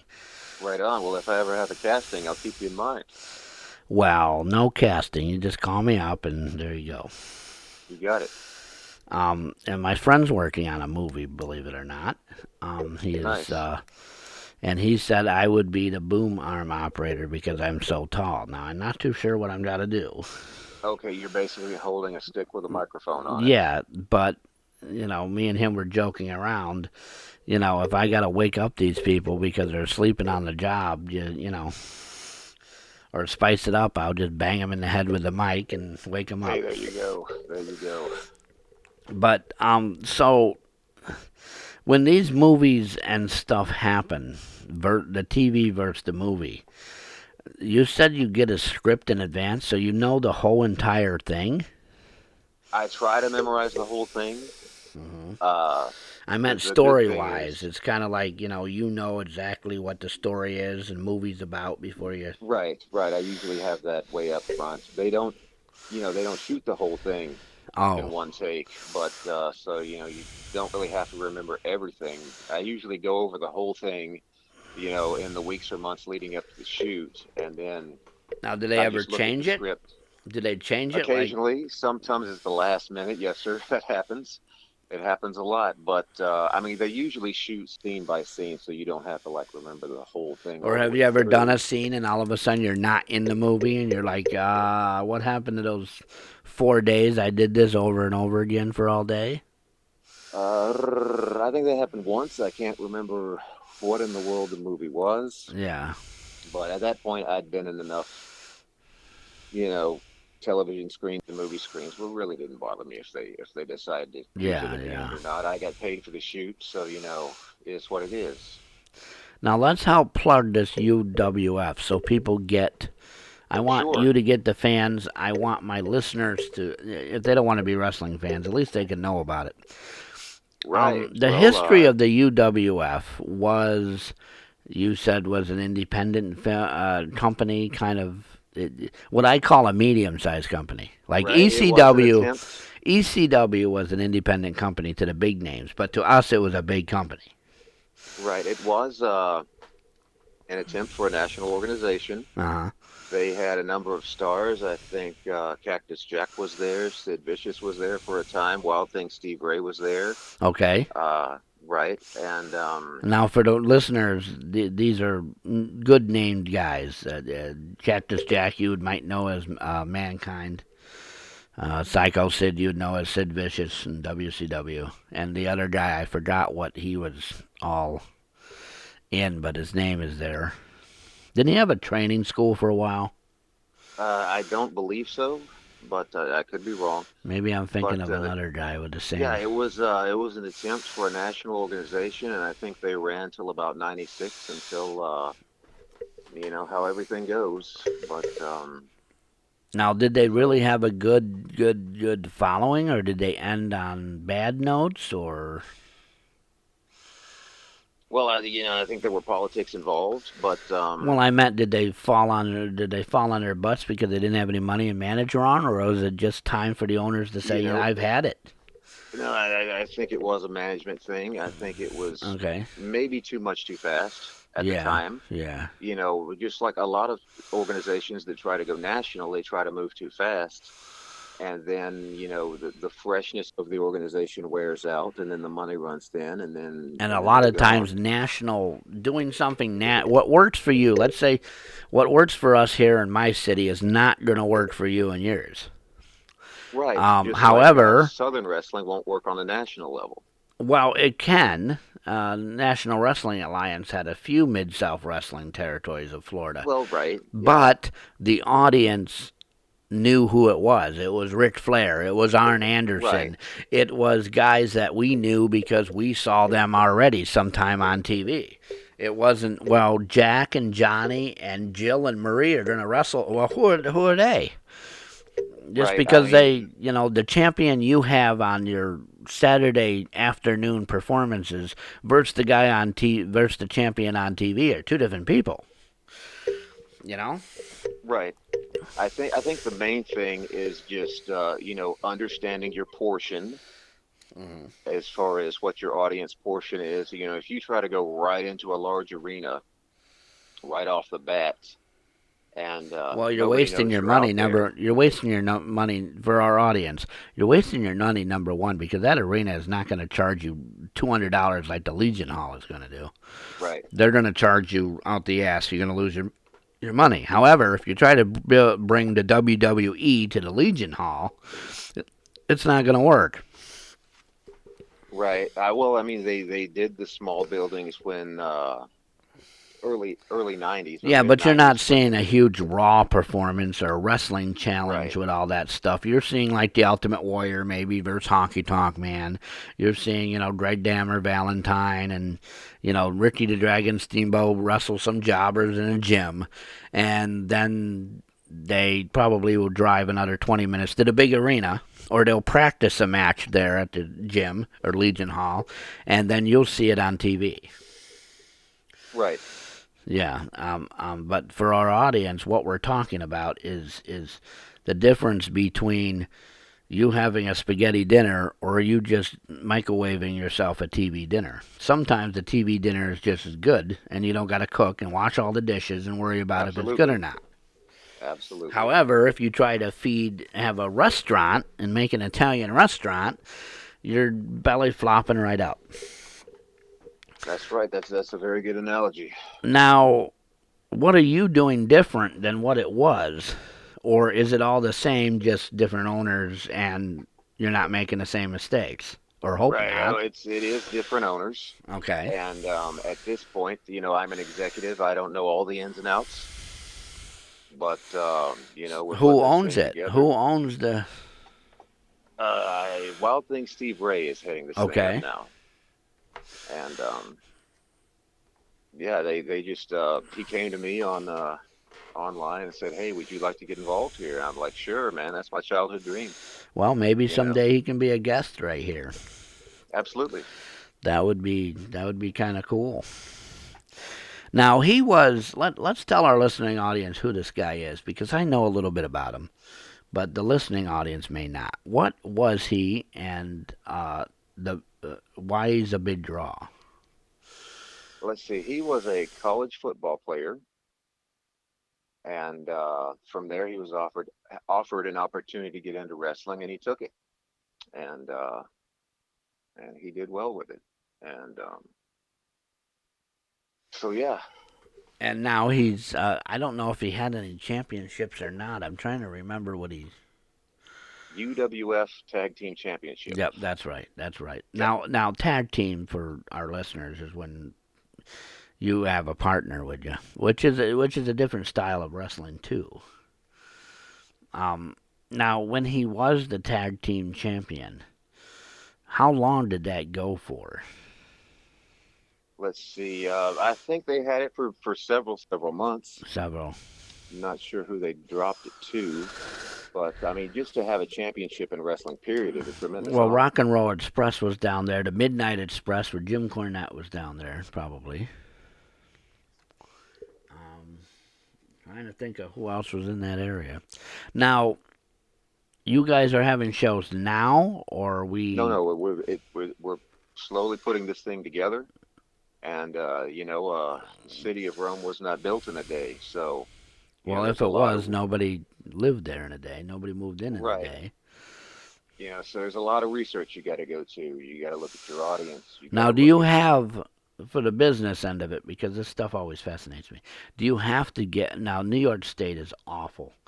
Do you have to get athletic commission licenses, state licenses, dual Now, insurances, and what I mean by dual insurance is you insure yourself as well as the business.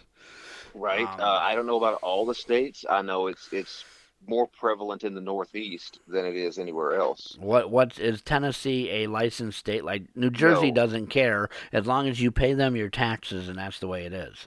Right. Now No. you go into Tennessee, you have Pennsylvania and New York, you're screwed because you run a show right. up here. Backyard wrestling shows can have everybody arrested and put in jail just for having a Right. ring in your backyard, which is the most Absolutely. No. stupidest thing I ever heard. You have insurance up there, licenses, you gotta have Yeah. a doctor on site, and it's Well, just no, you have to have medical staff on well, site. yeah, that's what I meant. So, he's not a doctor, but he is a paramedic. Right. And by the way, my school friend that I went to high school with, mom's a gynecologist. She's a doctor, and she's right there in the front row as a fan. So, it's Gotcha. But there's yeah, ways to. Tennessee is not much at all. You just gotta set up a ring and put a sign out, and that's Now, is it. that good or bad? Because some of the times in New York here, I look at the indie fins and I said, how did anybody even let you have a business, let alone an entertainment business? Right. It I some mean, for the young guys trying to break in, just trying to find a place to get in, it's probably great. But the more shows you have, that's you know less of the gold to go around, less of well, the is it really in wrestling or is it? I mean, a lot of the guys here, I don't think. I think there's probably three guys here that get over $300 for wrestling, and I think there's probably maybe 10 in a. I'm talking like a 2 hour distance away. That 10 of them in a. I don't know how many miles that would be. Probably, let's say a 100-mile radius. I think there might be 10 guys that might get right. at least the $80, and the rest of them are handed $10 to $20 and told thanks for coming or thanks for helping tonight, Right, and it's that about the same here. your About the family same got here. a free show to watch while you just ran around the ring for a little bit. Right, right. There's a saying here, hot dog and a handshake. Well, That's hell, if you give me a hot dog and a handshake, I'm eating as many hot dogs as I can get, and I'm drinking as you ain't many kidding. sodas as I get. Same here. And I'll tell you what, I'll come to your wrestling fed, and I'll let you kick my ass in the ring, and then I'll sit in the audience and I'll enjoy the show. There you go. So Yeah, keep me Tennessee keep doesn't me have. keep me in mind when you guys start those shows and go national. I'm up here in New York. You got it. I don't know if you call it beef, but damn, this guy's got a chicken leg on me here. You got it. Well, I don't really get along with. My problem is when your wrestlers sit there and tell the fans that you're a bunch of idiots, and then expect to have an audience. And for our listeners, that's like another podcaster saying making fun of you because you come to their show and making fun of the audience, and then expecting to have them sitting in the seats. Right. They did that. The wrestler sat there and said, "Our audience is useless. Our people are stupid, and they don't know why they even come here to win because all of us people here are scumbags, and they don't even know why they wrestle for us. And then they expect us to pay for a ticket, sit down, and watch them." Right. I mean, there's a way to work your audience without just, Well, he wasn't working. He was being right, honest, and after that, right, I kind of right. said, "Forget it. I'm not going to support it. Gotcha. I'd rather support the one that's an hour and a half away in the other direction in another state that's trying their hardest to make it because I know I'm going to enjoy it. I know they're going to cheer me, and I know that I'm going to get a handshake and a thank you for a handshake and a hot dog for coming." Right. It's a total different view. It's almost why are you that kind of thing I would expect from the WWE. You guys are Right. scumbags. I've worked hard. Move out of my fucking way. Not from an independent promotion that's sitting there telling guys, we have a wrestling school, we'd love you to come. Yeah, because you don't got any money. Right. You're losing money. So you're trying to do other things to make up for the money because you just told your fans not to come back. That's it. That's That's like it. Walmart as you walk out the door, don't come back. Well, I don't, Right. I Yeah. don't, I don't know if that happens anywhere else or just this area. I swear it's just this area. But on another note, on an upscale of this note, a few guys have gone up to the WWE from the school. Now I don't know if you know what I mean. I don't know what's the word. If it's ass kissing or if it's sucking up, or if it's you know you know what I mean. I- Right, absolutely. I mean, it happens. But It I'm happens. sure, but I'm sure Vince McMahon is not letting you kiss his ass just to get in his Fed. I'm sure of it. I'm sure that man has, wants what he wants, and that's the way it is. And a lot of people don't Right. No, realize I'm this, but Vince McMahon wants what he wants. He's going to get what he wants, and there's nothing that you're going to say about it. right. And he Yeah. I doesn't mean, care. Vince McMahon doesn't care. He has a show. He has ratings. He's making money. You do what he says, or don't work for him. that's right. And a lot of people don't realize that once you get there, it's not all glory. We have another phone call. Caller, welcome to the program. Hello, caller. You're on the air. Yeah, this is Tim again. I just want Okay, to say Tim. real quick. One time in the '90s, yeah, this is Tim again. Yeah. I just Turn your I thing just down want in the to background say there and real talk. quick that that I was in the '90s. I heard that the Godwins were coming to the McDonald's and JC for autographs. So I went and I got their autographs. Yeah, I know the story of that story. The Legion of Doom was supposed to be there, the Road Warriors. Oh, okay. And for you, Mike, we have a McDonald's near our mall here. Gotcha. And the Road Warriors were wrestling the Godwins. And the Road Warriors didn't show up. So my mom took me down there to meet the Road Warriors. Oh, this is great. This is great. Now, my mom really could care less about the Road Warriors. She was Right. my mom, and wrestling's wrestling. But these two guys, I'm like, that's the Godwins. And Hillbilly Jim did not come with them as the manager. She found out Hillbilly Jim, she knew him, I knew him, and I got their autograph. I got to shake their hands. I remember that. And it was a time for me as a child. I don't think I was a child. I think I was in middle or high school. But for that time, that was probably the best thing that ever happened to me, because that tag Right. team was the Right. best. And they were nice. And what I remember about them is they were not like on TV. They looked small. They looked like hillbillies. But when you get them in person, they're huge. Right. Yeah, and I don't know if it's true, but I've heard that Hillbilly Jim was a Godwin's uncle. I'm not sure. I think I don't know too, but I think I'll Henry. just leave it as rumor. I think Henry Godwin was related. Anyways, Phileas Godwin, the one that wore the yellow shirt, Right. was knocked off of Animal's shoulders and landed, or was it Henry? No, it was the one with the yellow shirt, I believe. It was Henry.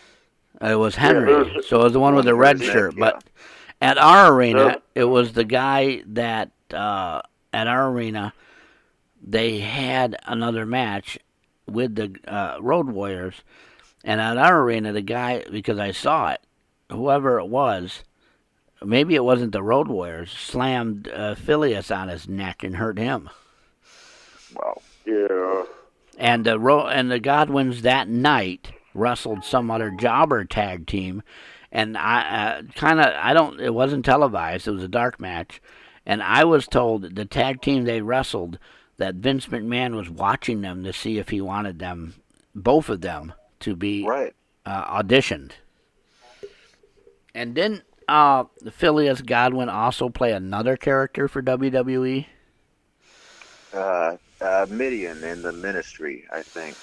Yeah, Yeah. and Henry Godwin also did something else too. He Let's was. see, I know he was Shanghai Pierce in WCW. I think the Mask. Yeah, and They then were Godwins were a tag team in WCW. and wasn't Phileas part of the Lumberjacks and ECW as Hillbillies too, or something to do? I don't recall that. Maybe it was WCW. Something had hillbillies, and he was. I don't know, but yeah, I remember when they were at the McDonald's. That was somebody else was there too. Oh, some female wrestler or something was there, but I had her sign my paper. She didn't care, but Gotcha. everybody Yeah. wanted them because they all thought the Road Warriors would be there. Right. And the Right. Road Warriors didn't show up. They showed up, and it was that's sometimes the mistake of somebody not showing up and who they replace them with is better than. Right. Sometimes it turns I into a mean, I don't blessing. know about the Road Warriors. It would have been nice to meet the Road Warriors, but still, when you're a kid and that's your favorite team, tag team, it's like at the Legion Hall, I met Demolition.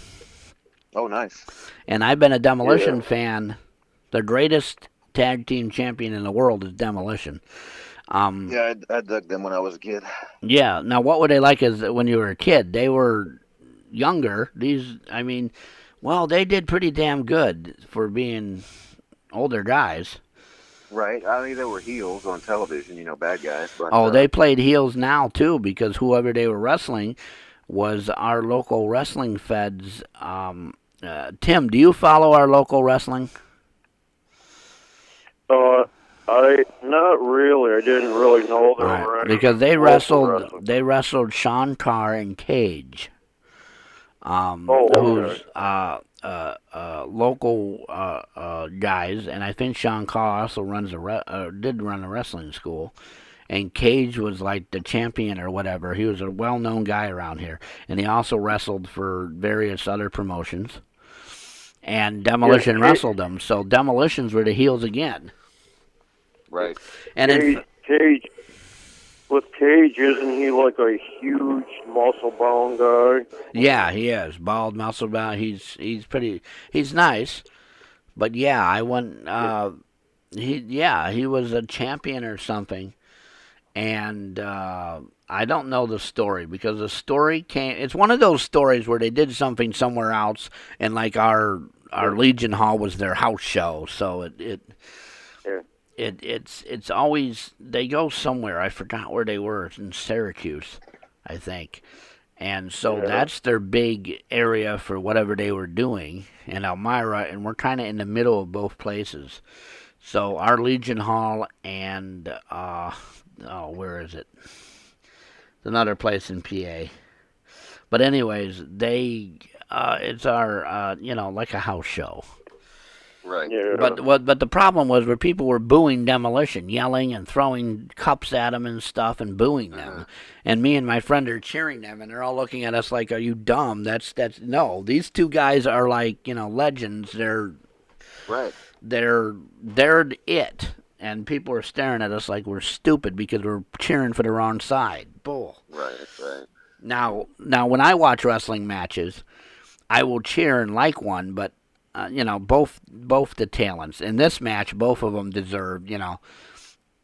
Like Cage clotheslined Axe, and I started cheering for Cage because I thought his clotheslined an old senior citizen, and it was funnier than hell. Yeah. Right. On. But for the most part, I went there to see Demolition. I didn't go there to see anybody else. They had two other Right. guys there from Right. something. But I'm like, no, Demolition's it, and that's the way it is. The same reason I went there for Brutus the Barber Beefcake. I wanted to see him. And then the other one was I Yeah. wanted to see the Patriot. I didn't care, Superfly Jimmy Snuka's match. They did it at the ice rink, the Polar Cow, something like that. It's called Polar something now. Anyways, it's a little ice rink where hockey goes and stuff. Um, but Superfly Jimmy Snuka's match was not. I don't know. It was not something that I would have jumped up and down about. I definitely would have gotten up and gotten a hot dog at that time, which is sad Yeah. because Superfly Jimmy Snuka was the greatest. And I looked at him. I said, "Hey, I remember when you jumped off the top of the steel cage." He goes, when did I do that?" I said, "You Wow. were at Madison Square Garden, and I think you were wrestling Don Morocco. You climbed to the top of the steel cage." "I don't even remember being in a steel cage." "Okay, Oh, thank you." wow. Yeah. Yeah, that's when you Okay. walk away from the guy because you know what I would have done? I would have been like, "Oh yeah, yeah, yeah, yeah, yeah," and I would have definitely made sure I got a picture and everything else out of you. He was selling Right. pictures for Right. $25, for God's sake. Yeah. And then I heard at one point towards the end, I heard Jimmy Snuka wound up getting dementia. Yeah, he all had of that. something else wrong with his body as well, like his stomach or something Right. wrong. But he Right. was involved in that murder case. Nobody really knows what he Right. did. I don't know, Mike. What's your opinion on that? That was a long time ago, and I mean, at this point, at the condition he was in with mentally, there was no real way to prosecute it. I mean, No, I meant would he have done something like that? I mean,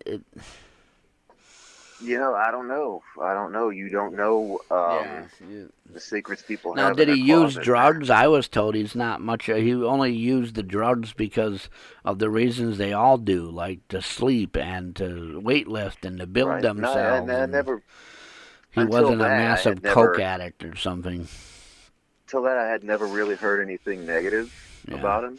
And when I met him, he looked old. He looked like he was worn out. Like, I'm just here for the money, which I'm Right. thinking to Well, myself, he probably is. But still, if a fan asks you about an event that everyone knows about, including Cactus Jack went to the thing, you would think he would be right on. You think he'd have pictures of him right. on top of the cage to sign for people.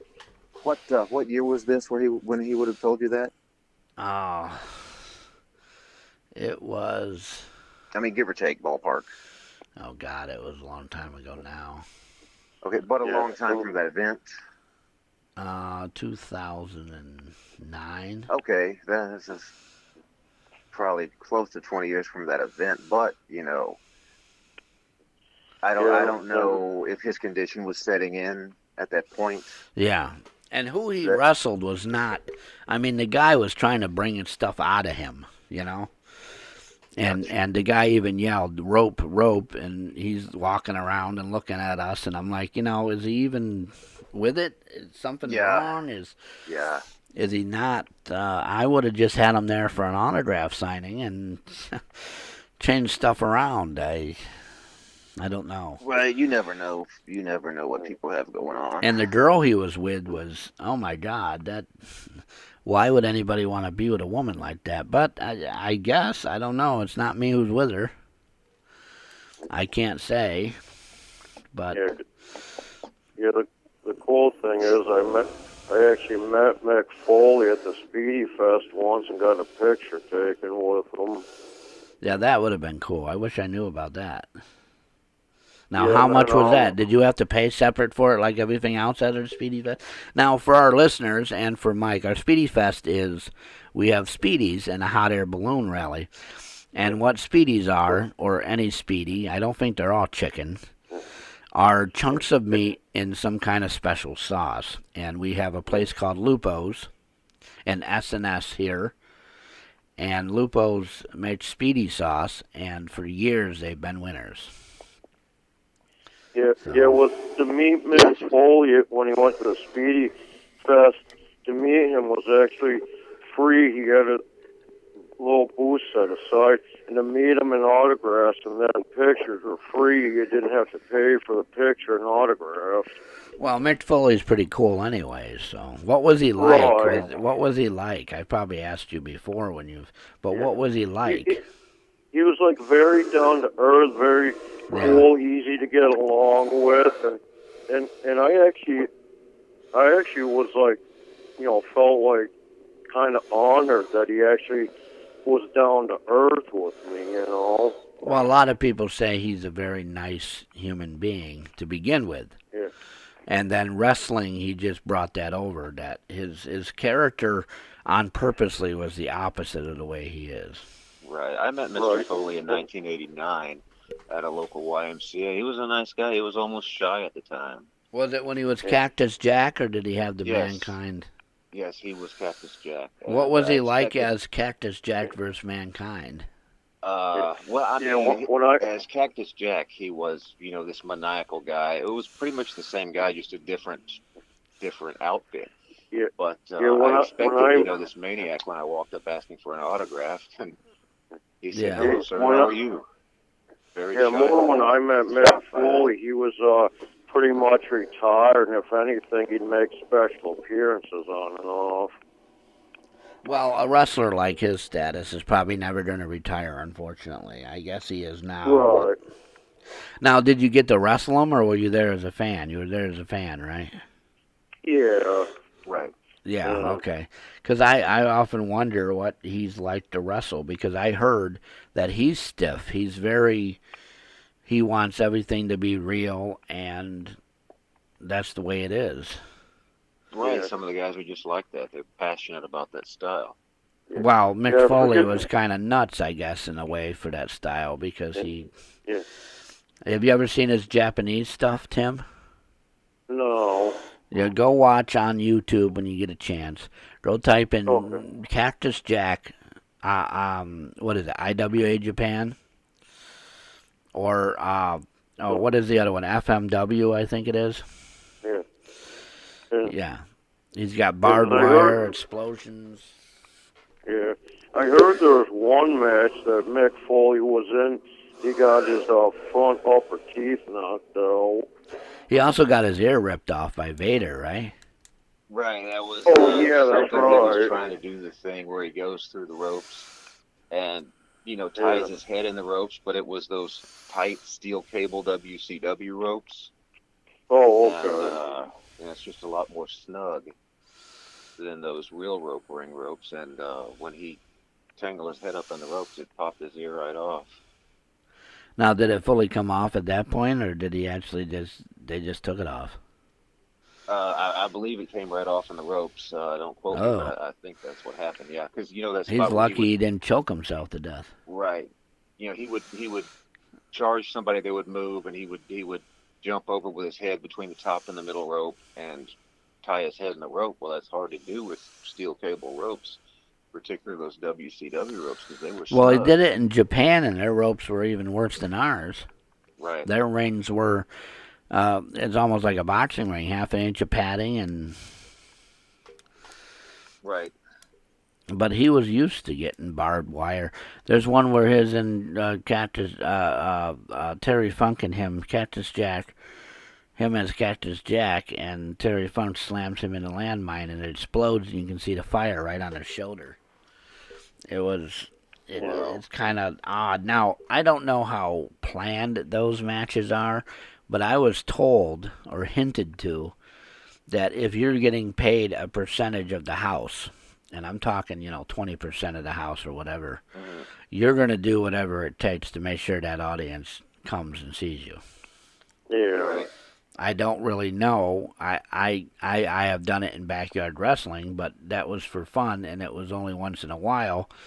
And I deliberately, threw myself into the barbed wire, or threw myself into a table, or we set the ropes on fire, or we would, jump off the rope and somebody would land on somebody with a table.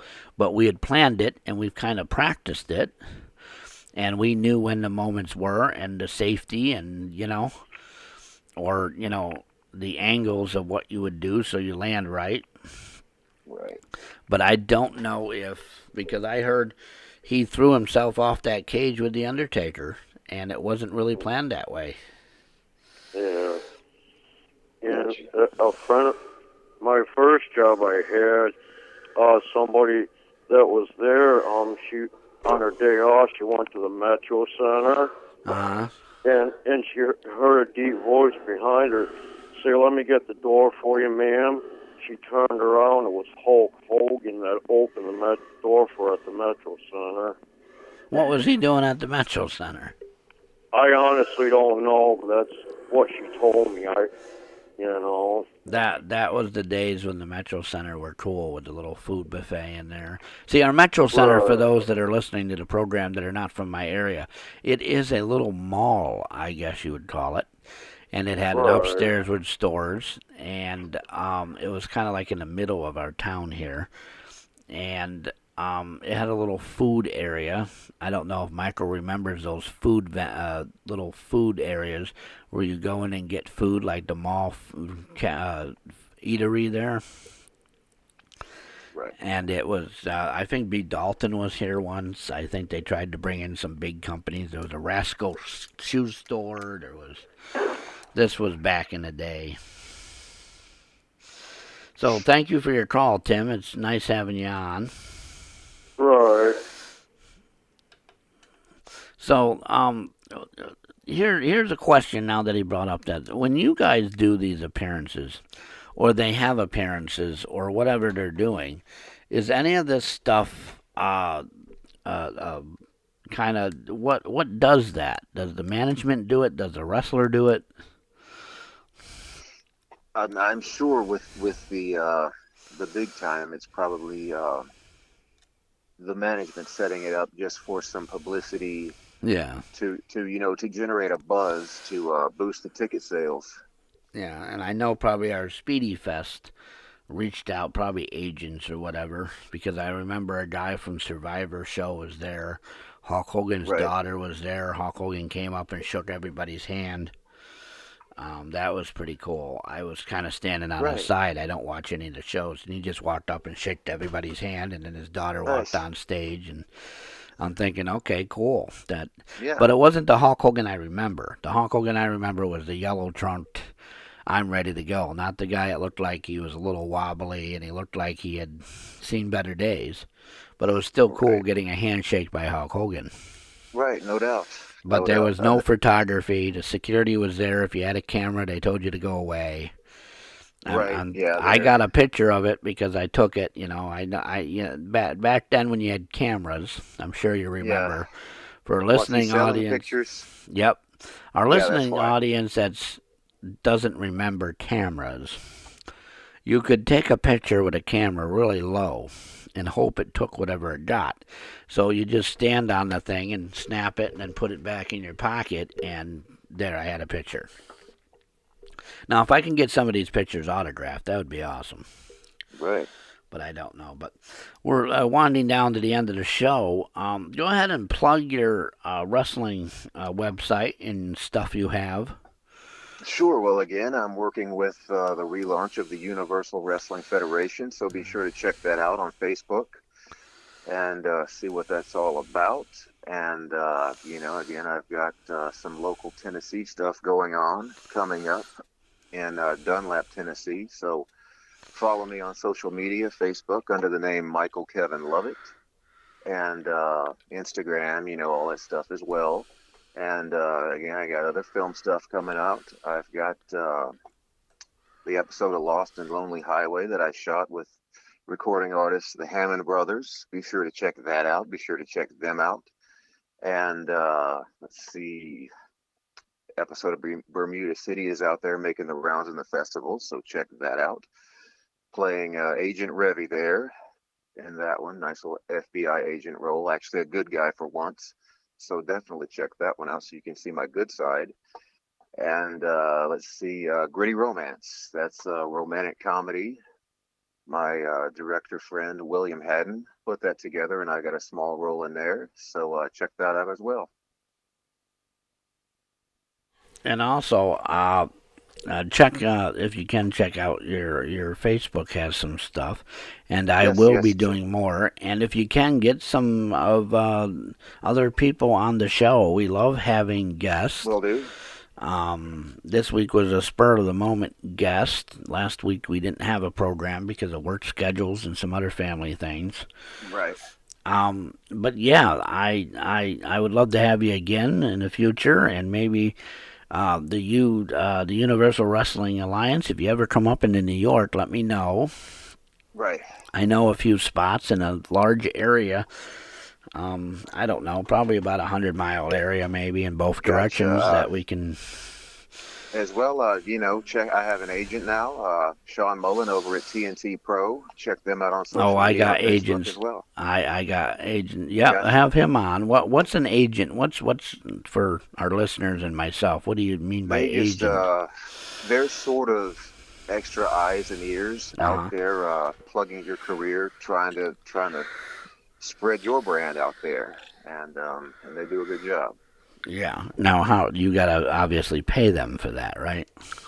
Right, it's a percentage, but that's okay. That's a cost you got to pay to uh, to And get your name out how would there. I get one, or any of our listeners get one if we needed one? Just get on social media or Google and look for acting agencies Okay. or wrestling agents. There's a number of those, Yeah. and check it out. There's small ones and there's big ones. The big ones are going to be a little bit harder to get on with. The smaller ones, they're hungry and they want work. They want clients. Yeah. So yeah, And we could probably have a whole show on the good and bads of agents. right. I talked to one, I forgot her name. We were going to have her as a guest on the show. And after talking to the agent, I decided I wasn't going to do it. Gotcha. And she then decided she wanted to talk. I said, and I told her, I said, why can't I talk to you? You're the one coming on the show. Right. It's not. But yeah, I would love to have some of the other wrestlers or anybody. And anytime you have something new, send me an email about it. I'll be glad to tell everybody about it. You got it. I appreciate that. And my website is www.iambrotherwade.com. My email, cwlawrence01@gmail.com. You can check me out on Facebook. We are live here every week. We try to do a weekly program. May not be always on a Monday, but it is. We may be doing 2 programs a week, depending on how many guests we get. We are looking at more guests coming up. We're looking at more shows. We may even have shows with 2 guests, depending on the topic. It's been great having you, Mike. Thank you for coming on board. Thank you. It was a great time. And as always, folks, I'll see you next week.